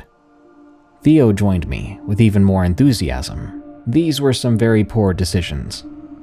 As we were going past the house, I again noticed the chopping block. But now, it was all covered in blood, with a blood-soaked knife and axe on top of it. At the base were 2 buckets, one with a goat's head, tongue out, the other full of blood and entrails. There was something like steam rising from this second bucket. Presumably the kill was fresh and the organs still warm when tossed in there. I was still processing what I was seeing when suddenly we heard shouting. It sounded like the crazy old man again, but now we couldn't see him. I was disoriented and slowed down. I saw him walking backwards from behind his shed, shouting, his arms wide, like he was trying to block someone's way towards us. What happened next is a bit blurry, but I think I heard him say the words, "No, no, let them pass. I'll give you meat. You have goat." He was perhaps 10 to 15 meters away when I saw him being pushed aside by someone else, a person who was coming directly for us. As the old man fell on his rear, he turned and screamed at us, "Run!" It was too late though. This other man was running towards us. He was short and stocky, somewhat similar in build as the old man, but completely without clothes. His skin was gray and very, very cracked. These deep cracks were all over his body, like he had some massive scabs or a thick layer of dry mud covering him. I only caught a glimpse of his face as he let out a scream that sounded more like a wheeze and ran towards me. The eyes were recessed deep into their sockets and seemed cloudy yellow. His lips were missing. I found this to be the most disturbing part. His ghoul-like face still haunts me. The area around his mouth looked like the skin had been peeled off, exposing massive-looking teeth and black gums. The man's face was gray, as was the rest of his body. The only other thing I can remember are some rare locks of long dark hair over his eyes and to one side. The best overall description I could give you about this encounter is imagine a guy with some flesh-eating bacteria disease around his mouth, who also fell in thick mud, which later on dried up and cracked, remaining attached to his body. Not quite a zombie like you see in the movies, but not too far off either. I'm calling this man-creature a ghoul. It seems the most appropriate term to my understanding. I felt my blood freeze, seeing this thing coming towards me. I vaguely remember trying to control my legs to pedal faster, but they were just frozen. I couldn't even feel them. My mouth became instantly dry. The wheezing noise coming from this creature was horrendous, and to this day when I hear someone wheezing, it scares me. Although still in motion on the bike, I felt like a sitting duck, waiting for this ghoul to take a few more steps in front of my bike and grab me. My luck was the creature suddenly noticed Theo coming from behind me, and this disoriented him for a couple of seconds, enough for us to squeeze past. That moment, I think my adrenaline started pumping. I regained control of my body and was able to ride the bike away from there as fast as I could without looking back. It was a very close call. We could still hear the old man shouting, fading back for another minute or two. I can't remember much else from our way home. We were both in pretty bad shape when my grandparents saw us. We told them the whole story, and they seemed to believe us. For the next few days, I was trying to extract more info from them and our neighbors about the old man and the ghoul we encountered. Everyone we brought this up to acted very evasive, saying the old man is weird and has a mental issue, and that it's best we don't go near him again, which we weren't going to anyway. Nobody said anything about the ghoul, other than perhaps another madman who likes to walk around without clothing. From my discussions with Theo, he told me he saw exposed bone in one of the legs of the ghoul, and he was ready to swear that to be true.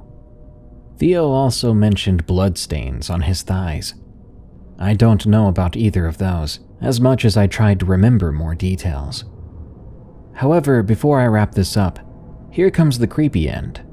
Our further digging, years later, indicates the old man was the son of a soldier who died in mysterious circumstances not long after World War II was over. This man was said to have been a truly deranged person, who allegedly worked as an extermination camp guard during the war, while Romania was one of Germany's allies, though in 1944 they switched sides. He is said to have been cursed by a gypsy woman, perhaps a witch, who was imprisoned and later died in his camp. Upon his return from the war, the soldier fathered a son with a mentally disabled woman from the village. She was later on found dead in the woods, presumably killed and eaten by bears. The man was also on a downhill path, drinking lots and causing problems with the law. He hanged himself a few years after and was supposedly buried outside the church cemetery. Rumor has it a couple of grave robbers tried digging him out to steal valuables buried with the corpse, such as his gold teeth, but the wooden casket was empty. This is all hearsay, and record-keeping was never a strong point of post-war Romania, so I'm not too optimistic about finding more info about these people. I was told his cabin burned down, but honestly, I never went back there to check for myself. My theory is the World War II soldier was cursed, spiraled down to insanity, tried to off himself, but somehow remained alive or maybe undead, and his son, the old man, staged his burial and kept him out of sight for years after. What do you think, considering all the missing pieces of the puzzle? The Creature of the Coconino National Forest, from Beau'sKoala. It started when I moved to Flagstaff to attend college. My parents had come into some money and decided to pay for an apartment for me to live in, if I kept my grades up. My fiancée Anne and our dog Rosebud and I were new in town, and school still had a few months before it started. I'd also brought my pet hedgehog with me, as I wasn't sure if anyone else in my family would have the time to take care of him.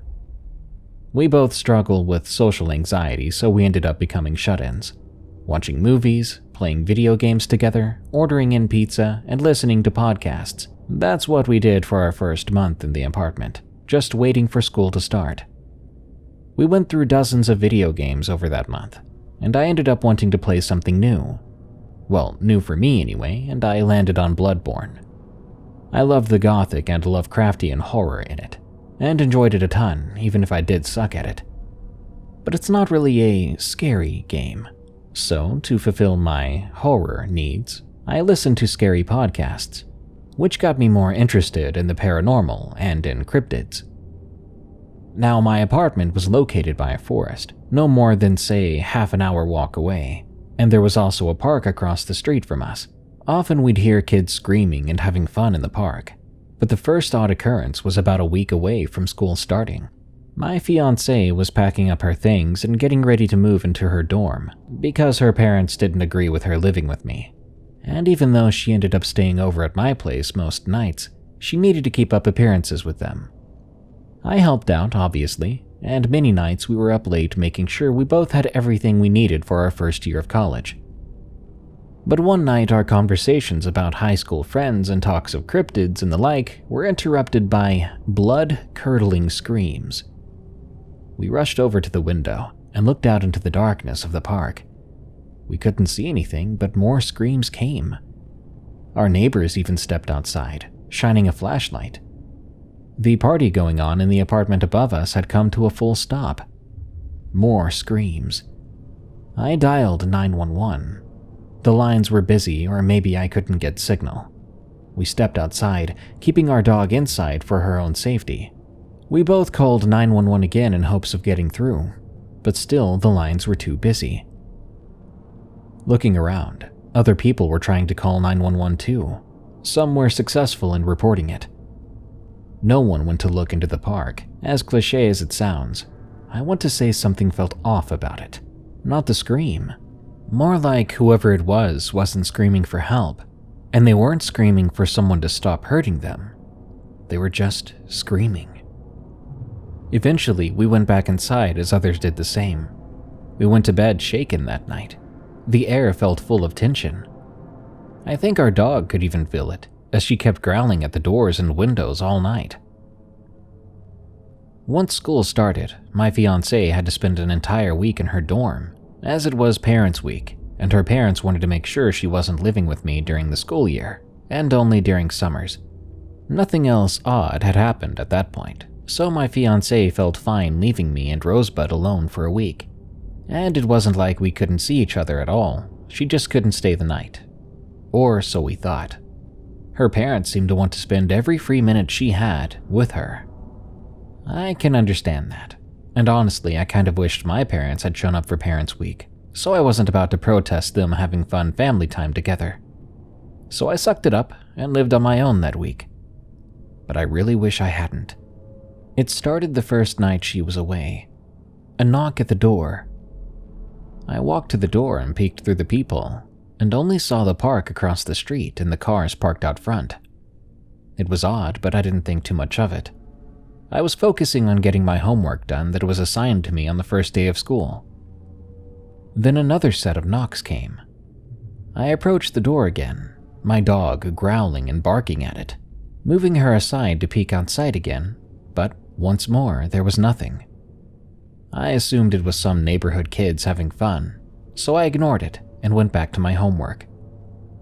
Yet again, the knocks came, much harder this time. I jumped at them. I approached the door hesitantly and peeked outside. Though still, there was no one there. I yelled out, "That was a good one, you really got me, but I'm trying to do homework. Can you stop?" No one replied, but nothing more happened that night. The following day, when I got back from school, I headed straight home and took a nap. It had been a long day, and I barely got any sleep the night before.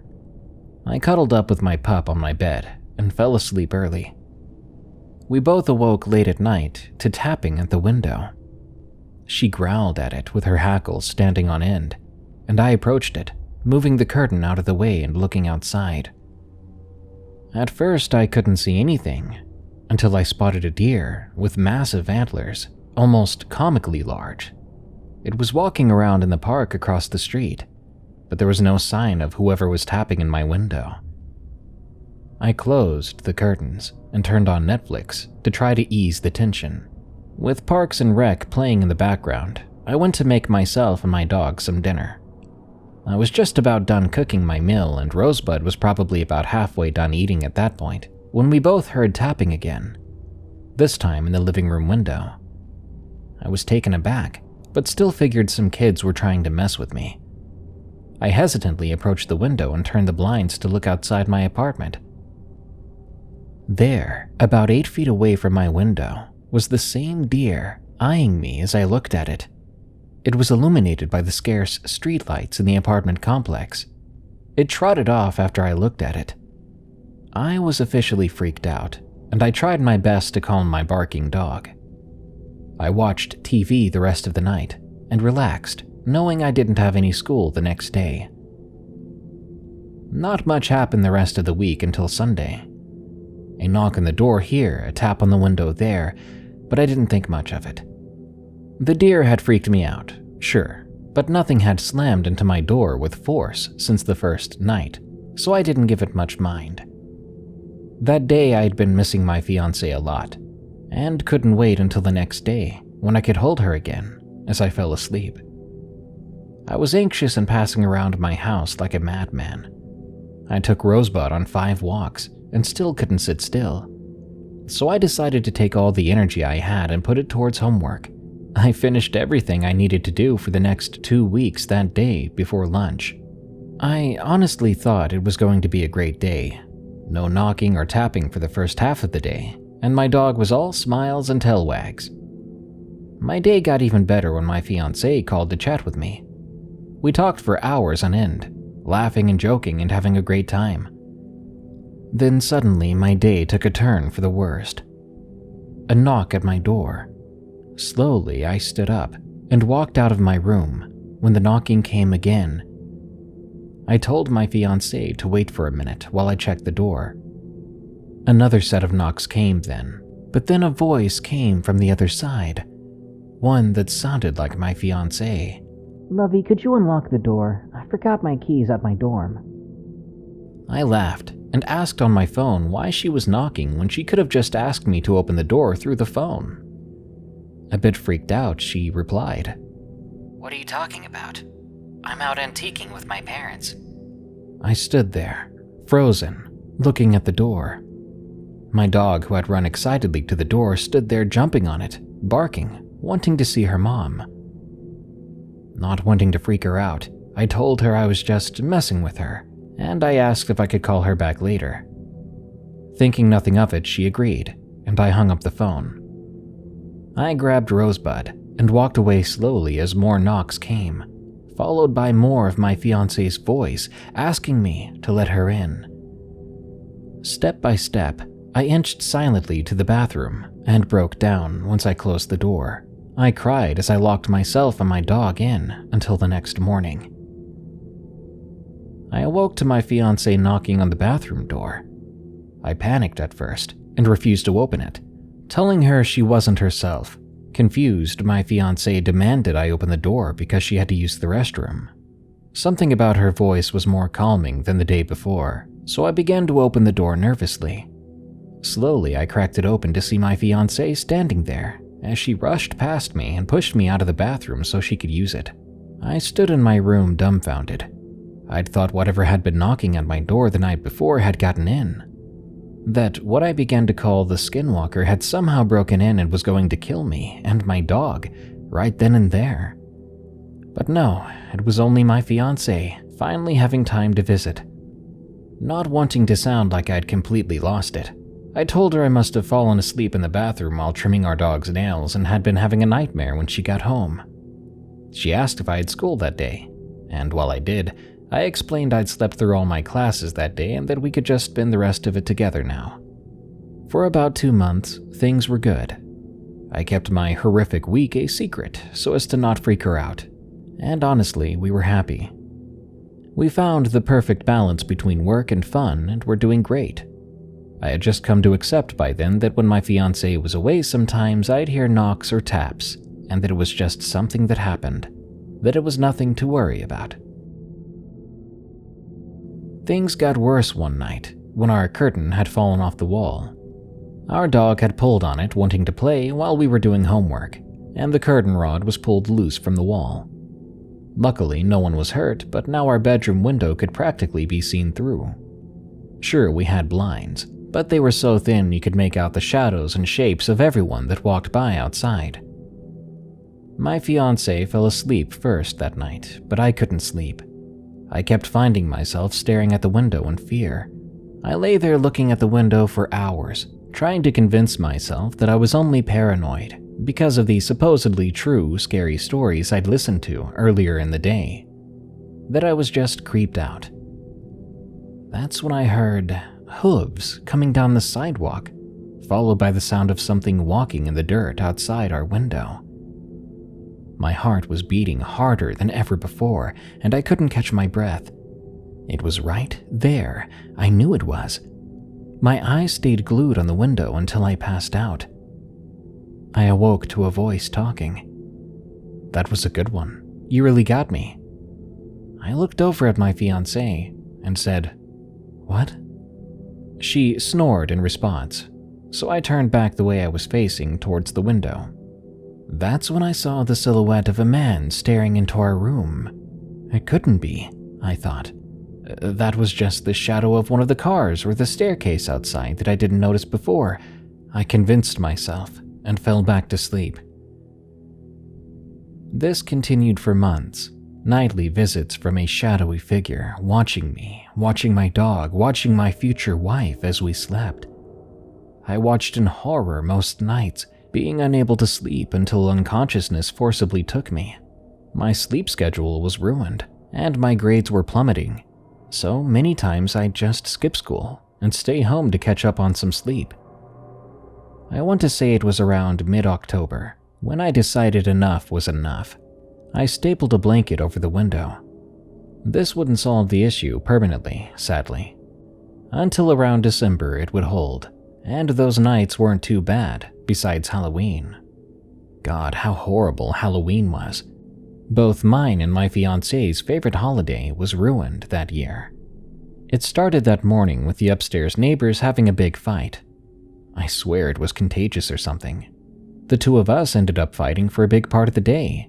And from the sounds of it, our neighbors on our right and behind us also got into huge arguments as well. But the upstairs neighbors' fight was the worst. We never saw the man that used to live there again, only the woman. And even then she eventually just disappeared, becoming a complete shut-in. I think their fight broke her. I think it broke all of us, honestly. But Halloween wasn't done with us yet. Of course it wasn't. On a day that celebrates the spooky and horrific, of course the thing that taunted and played with us would torture us that night. Bang, bang, bang. The door slammed loudly, and for the first time, my fiancée was around to hear it. She went to answer it, but I'd peeked out from our bedroom window that looked out onto our tiny patio, which was more of just a railing and single step to the door. And instead of trick-or-treaters, I saw a coyote staring daggers at the door, its fur standing on end. It looked like it was growling, but was completely silent. The thing looked messed up, like it had survived 100 fights. Scars ran along its side and it was missing its ears. I screamed for my fiancée to check the peephole before opening the door. "Why? It's just trick-or-treaters," she yelled back. "Yeah, but there's been 2 forceful entries in the complex the last 2 days. Just keep an eye out is all." I lied through my teeth. I hated lying to her. In general, I hate lying, but to lie to my fiancé felt wrong. "Oh God, yeah, I'll check the peephole. I didn't know about that," she shouted back. Many more times that night the door would slam. Luckily, the front door was the only thing about that apartment that was built well. Our dog got little sleep that night. She was barking and howling at the door. I would have worried about a noise complaint if every dog in the neighborhood wasn't also making just as much noise. Then the weirdest thing happened. We heard slamming on the front door of the apartment on the other end of our row. Then door by door, the slamming continued until it reached our door. Whatever or whoever it was began pounding on the door and jiggling the doorknob. Angry yelling of, "This is the police, open up," could be heard outside. But looking outside through the peephole was only that deer I'd seen months ago. My fiancée begged me to open the door, believing it really was the police. She refused to hear my reasoning, telling me that it had to be the cops. The door started to be banged into harder, and when I looked out the peephole, the deer was gone. I pressed myself against the door. The commands from the so-called police continued as I demanded my fiancée call the actual police and tell them an impersonator was trying to break in. The lines were busy though. I cried out in pain as the door slammed me around wildly, and then everything went silent for a few minutes, followed by the most horrific noise I've ever heard. It sounded like a dozen women were standing in the park and screaming at the top of their lungs. I tried dialing the police again, and I could not get through, so I began to look for my fiancé's phone. When I looked in our bedroom, I saw her holding her nose, which was now gushing blood. She was prone to nosebleeds, but this was an insane amount. I rushed into the bathroom and grabbed a hand towel and held it to her nose as she began to cry. Our dog, meanwhile, lay next to us, growling at the windows, but never leaving our side. Eventually, the screaming stopped, and we were able to report what happened to the police. It turned out a lot of other people in our complex had already called, but they agreed to stop by and take our statement too, on the events of that night. After that night, the window tapping and door knocking would happen around my fiancé too, instead of only when I was alone. It was creepy, sure, but besides that, we didn't worry much about it, and thought the worst was over. But we were at each other's throats constantly. For little mistakes and mess-ups, we'd blame each other and get into screaming matches regularly. It led us to seriously considering breaking up at one point. Luckily, we worked through it, but neither of us ever felt like ourselves during these fights. We'd cross lines and insult each other over things like weight gain or worsening grades. Things we never did before that or since then. November came and went with minimal incidents, and before we knew it, we were packing our bags, getting ready to head out to our hometown for winter break. Before we were able to leave, though, the blanket fell off the wall. This not only led to me having more sleepless nights again, but my fiancée began to think she was going crazy when she'd see movement out there at night. I lied though. She'd say she saw something outside the window and I'd tell her it was a car or someone out for a night walk. I don't know why I did this, but I did. Both of us could not wait to get out of that place for a few weeks to just relax for a bit, especially with how much we struggled with that first semester of college. However, our winter break would destroy me. Somehow I'd caught pneumonia right before we were leaving, maybe a day or two before. I'm not sure if it was from exposure to the cold weather or if that creature had caused it. Worse was, while we stayed in our hometown, my pet hedgehog died of mites. He had them from his prior owner and struggled with them frequently. I cried for days, and I didn't want to do anything after he passed away. And arguably the worst of all was when I had to be rushed to the ER because of the amount of fluid in my lungs. I'd woke up choking, unable to scream. I punched the doors and walls of my parents' house in the hopes of waking everyone up. It worked, but by the time they found me, my lips were blue and my vision was hazy. I'd almost died. It scared the heck out of me, and worse, my family worried about me. They watched helplessly as I almost died in front of them. I still feel guilty over it, putting them through that. Despite my now horrible health and the death of one of my favorite pets, we had to go back to school. So we drove back and straight into the belly of the beast. Our drive back was scenic. Snow falling all around us as we blasted show tunes and Christmas carols in the car. When we made it back, our dog was the first out and waited by the front door. We had a week before school started and were excited to have some alone time again after being surrounded by family the last few weeks. I rehung the blanket over the window and started to unpack my school things when we got weather warnings on our phone. A freak snowstorm was on its way, but it was supposed to miss us. We were only supposed to get the smallest bit of snow out of it. That day we ran around the park throwing snowballs at each other and chasing the dog around. The three of us were happy, but I couldn't be out in the snow too long, not with how sick I was. We went back inside and sadly that was the last time we'd get to enjoy the snow that week.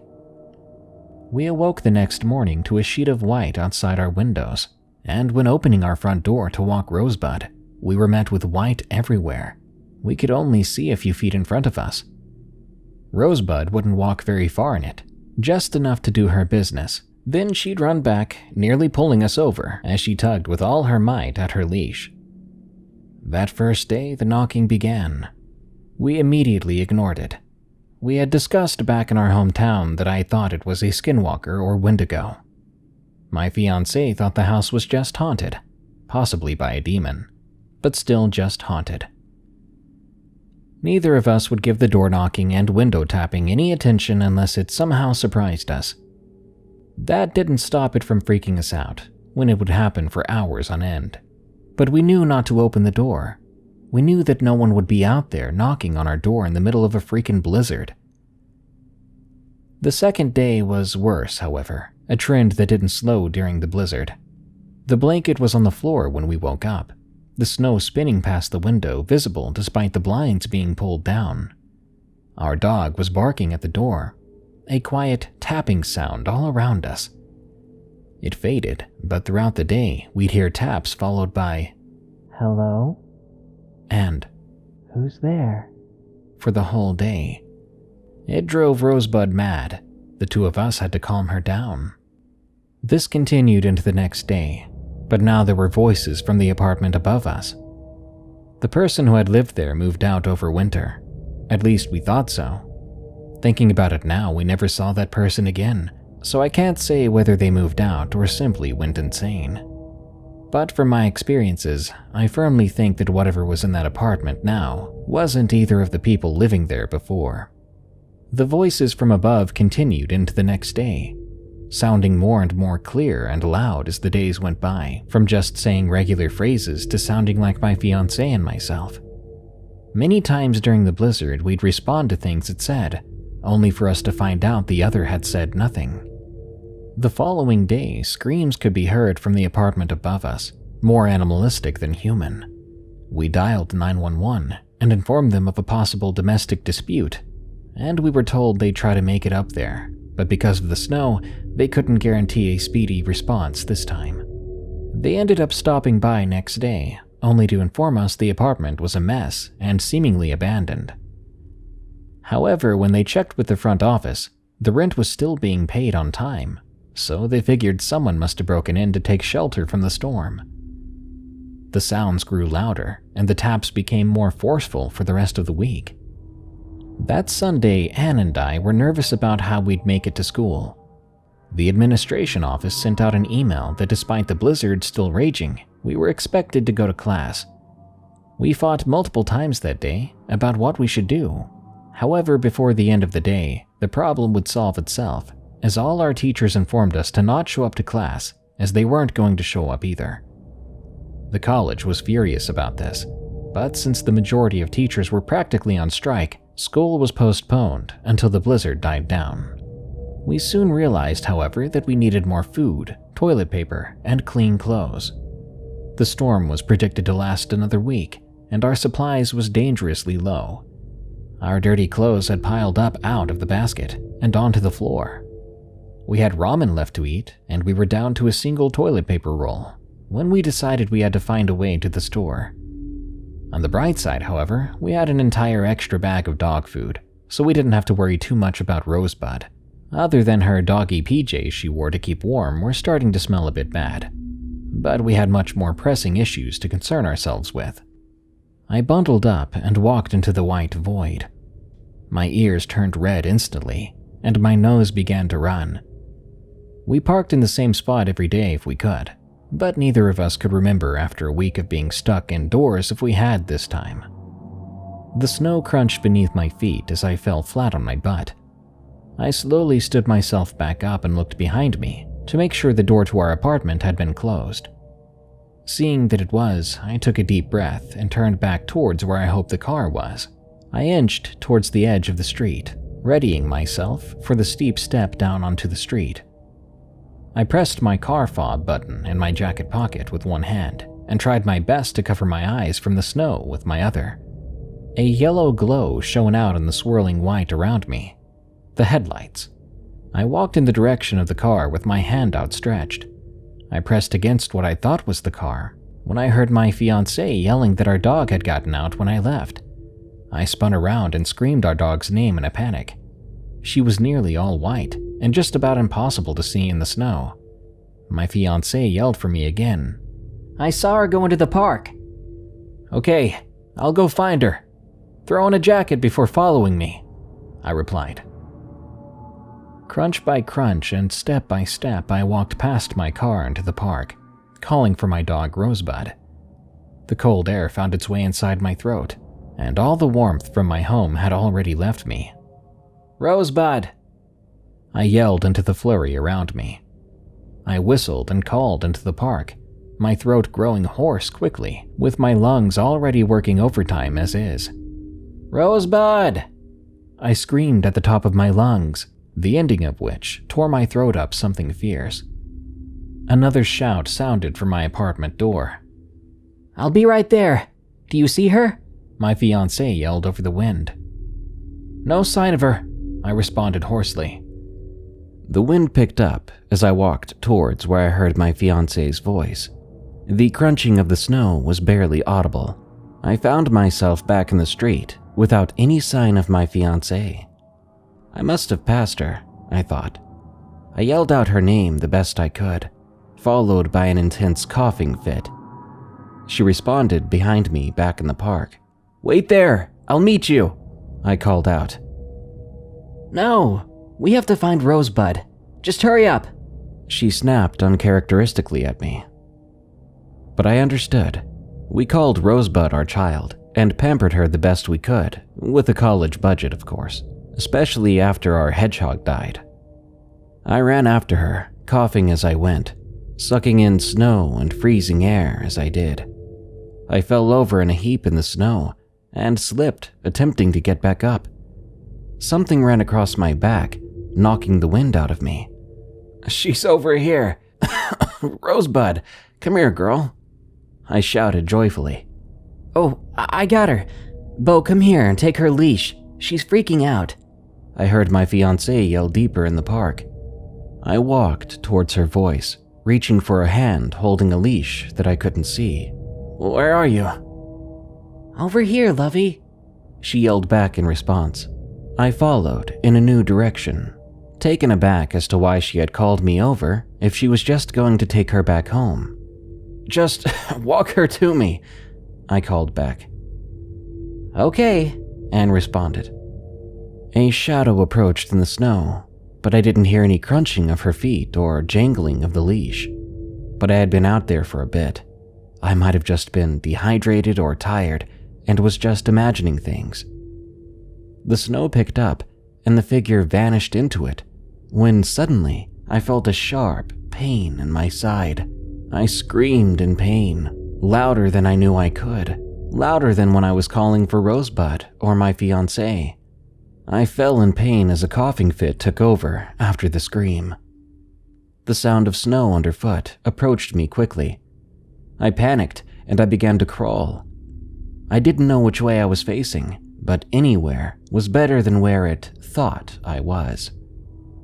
Arms wrapped around me and I tried to scream again.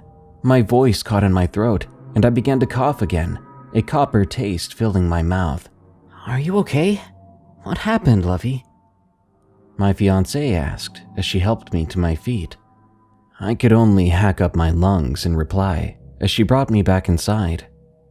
It turned out Rosebud never did escape the apartment, and my fiancée had never been out there helping me look. She had heard me scream around the time she thought I would have been back. She undressed me and drew me a hot bath and turned the heater up more than before. Bills be darned. On the side I felt pain were 2 deep gashes. I cleaned them in the tub as she searched for warm, clean clothes for me to wear. She had saved my life that day, finding me out there and taking care of me after. I had somehow been out there for nearly half an hour, screaming my lungs out, wandering aimlessly in our park. Ironically enough, if whatever or whoever hadn't attacked me, I might have died out there. The rest of the week was a blur for me. I'd become more ill than before, and we were waiting on the snowstorm to die down before taking me to the emergency room. Anne made a surprisingly amazing nurse for a music major, and Rosebud made for great company when Anne faced the storm alone and came back with food and toiletries in tow. Nothing odd happened to her on the way, other than discovering that the road to the hospital was out. We weren't going to call anyway.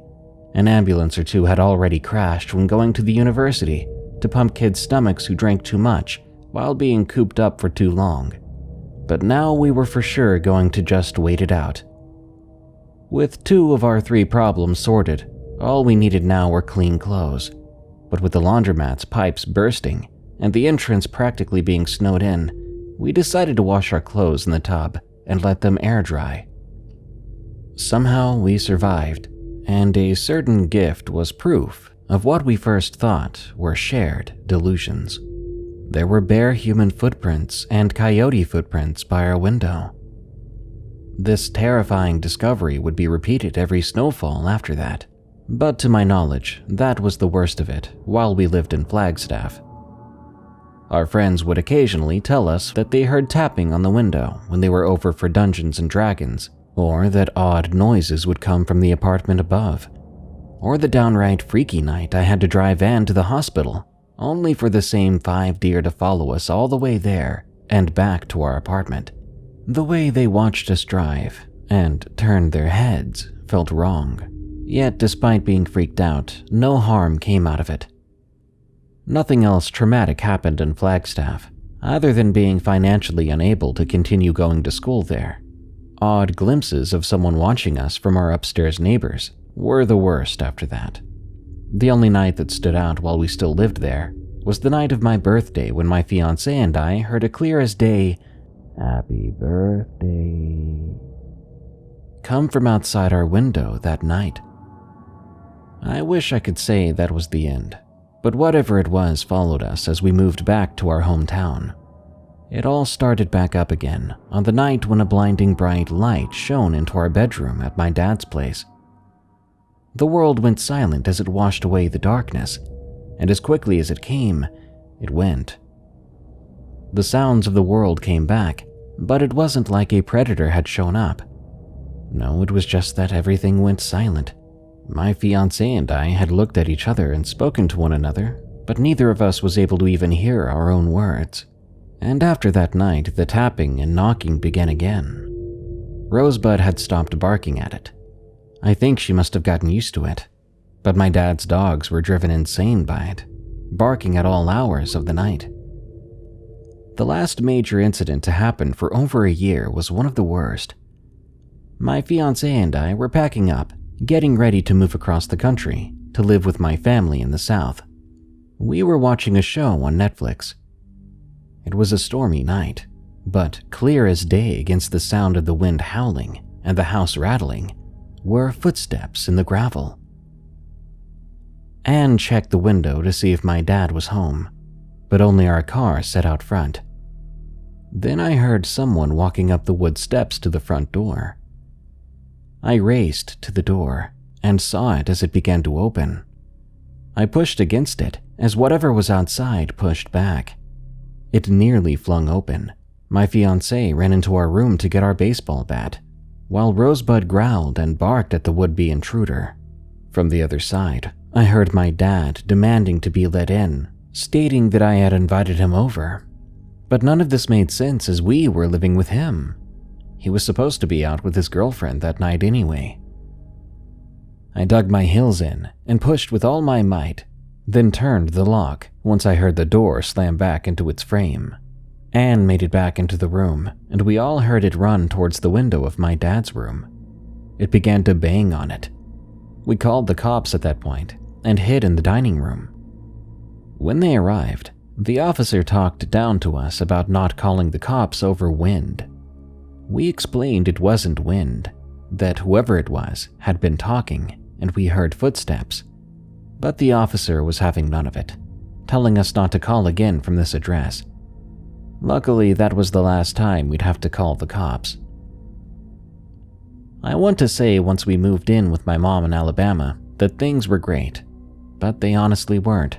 My stepfather ended up becoming extremely abusive towards all of us, and after a year of torture, we moved back to our hometown with our tails between our legs.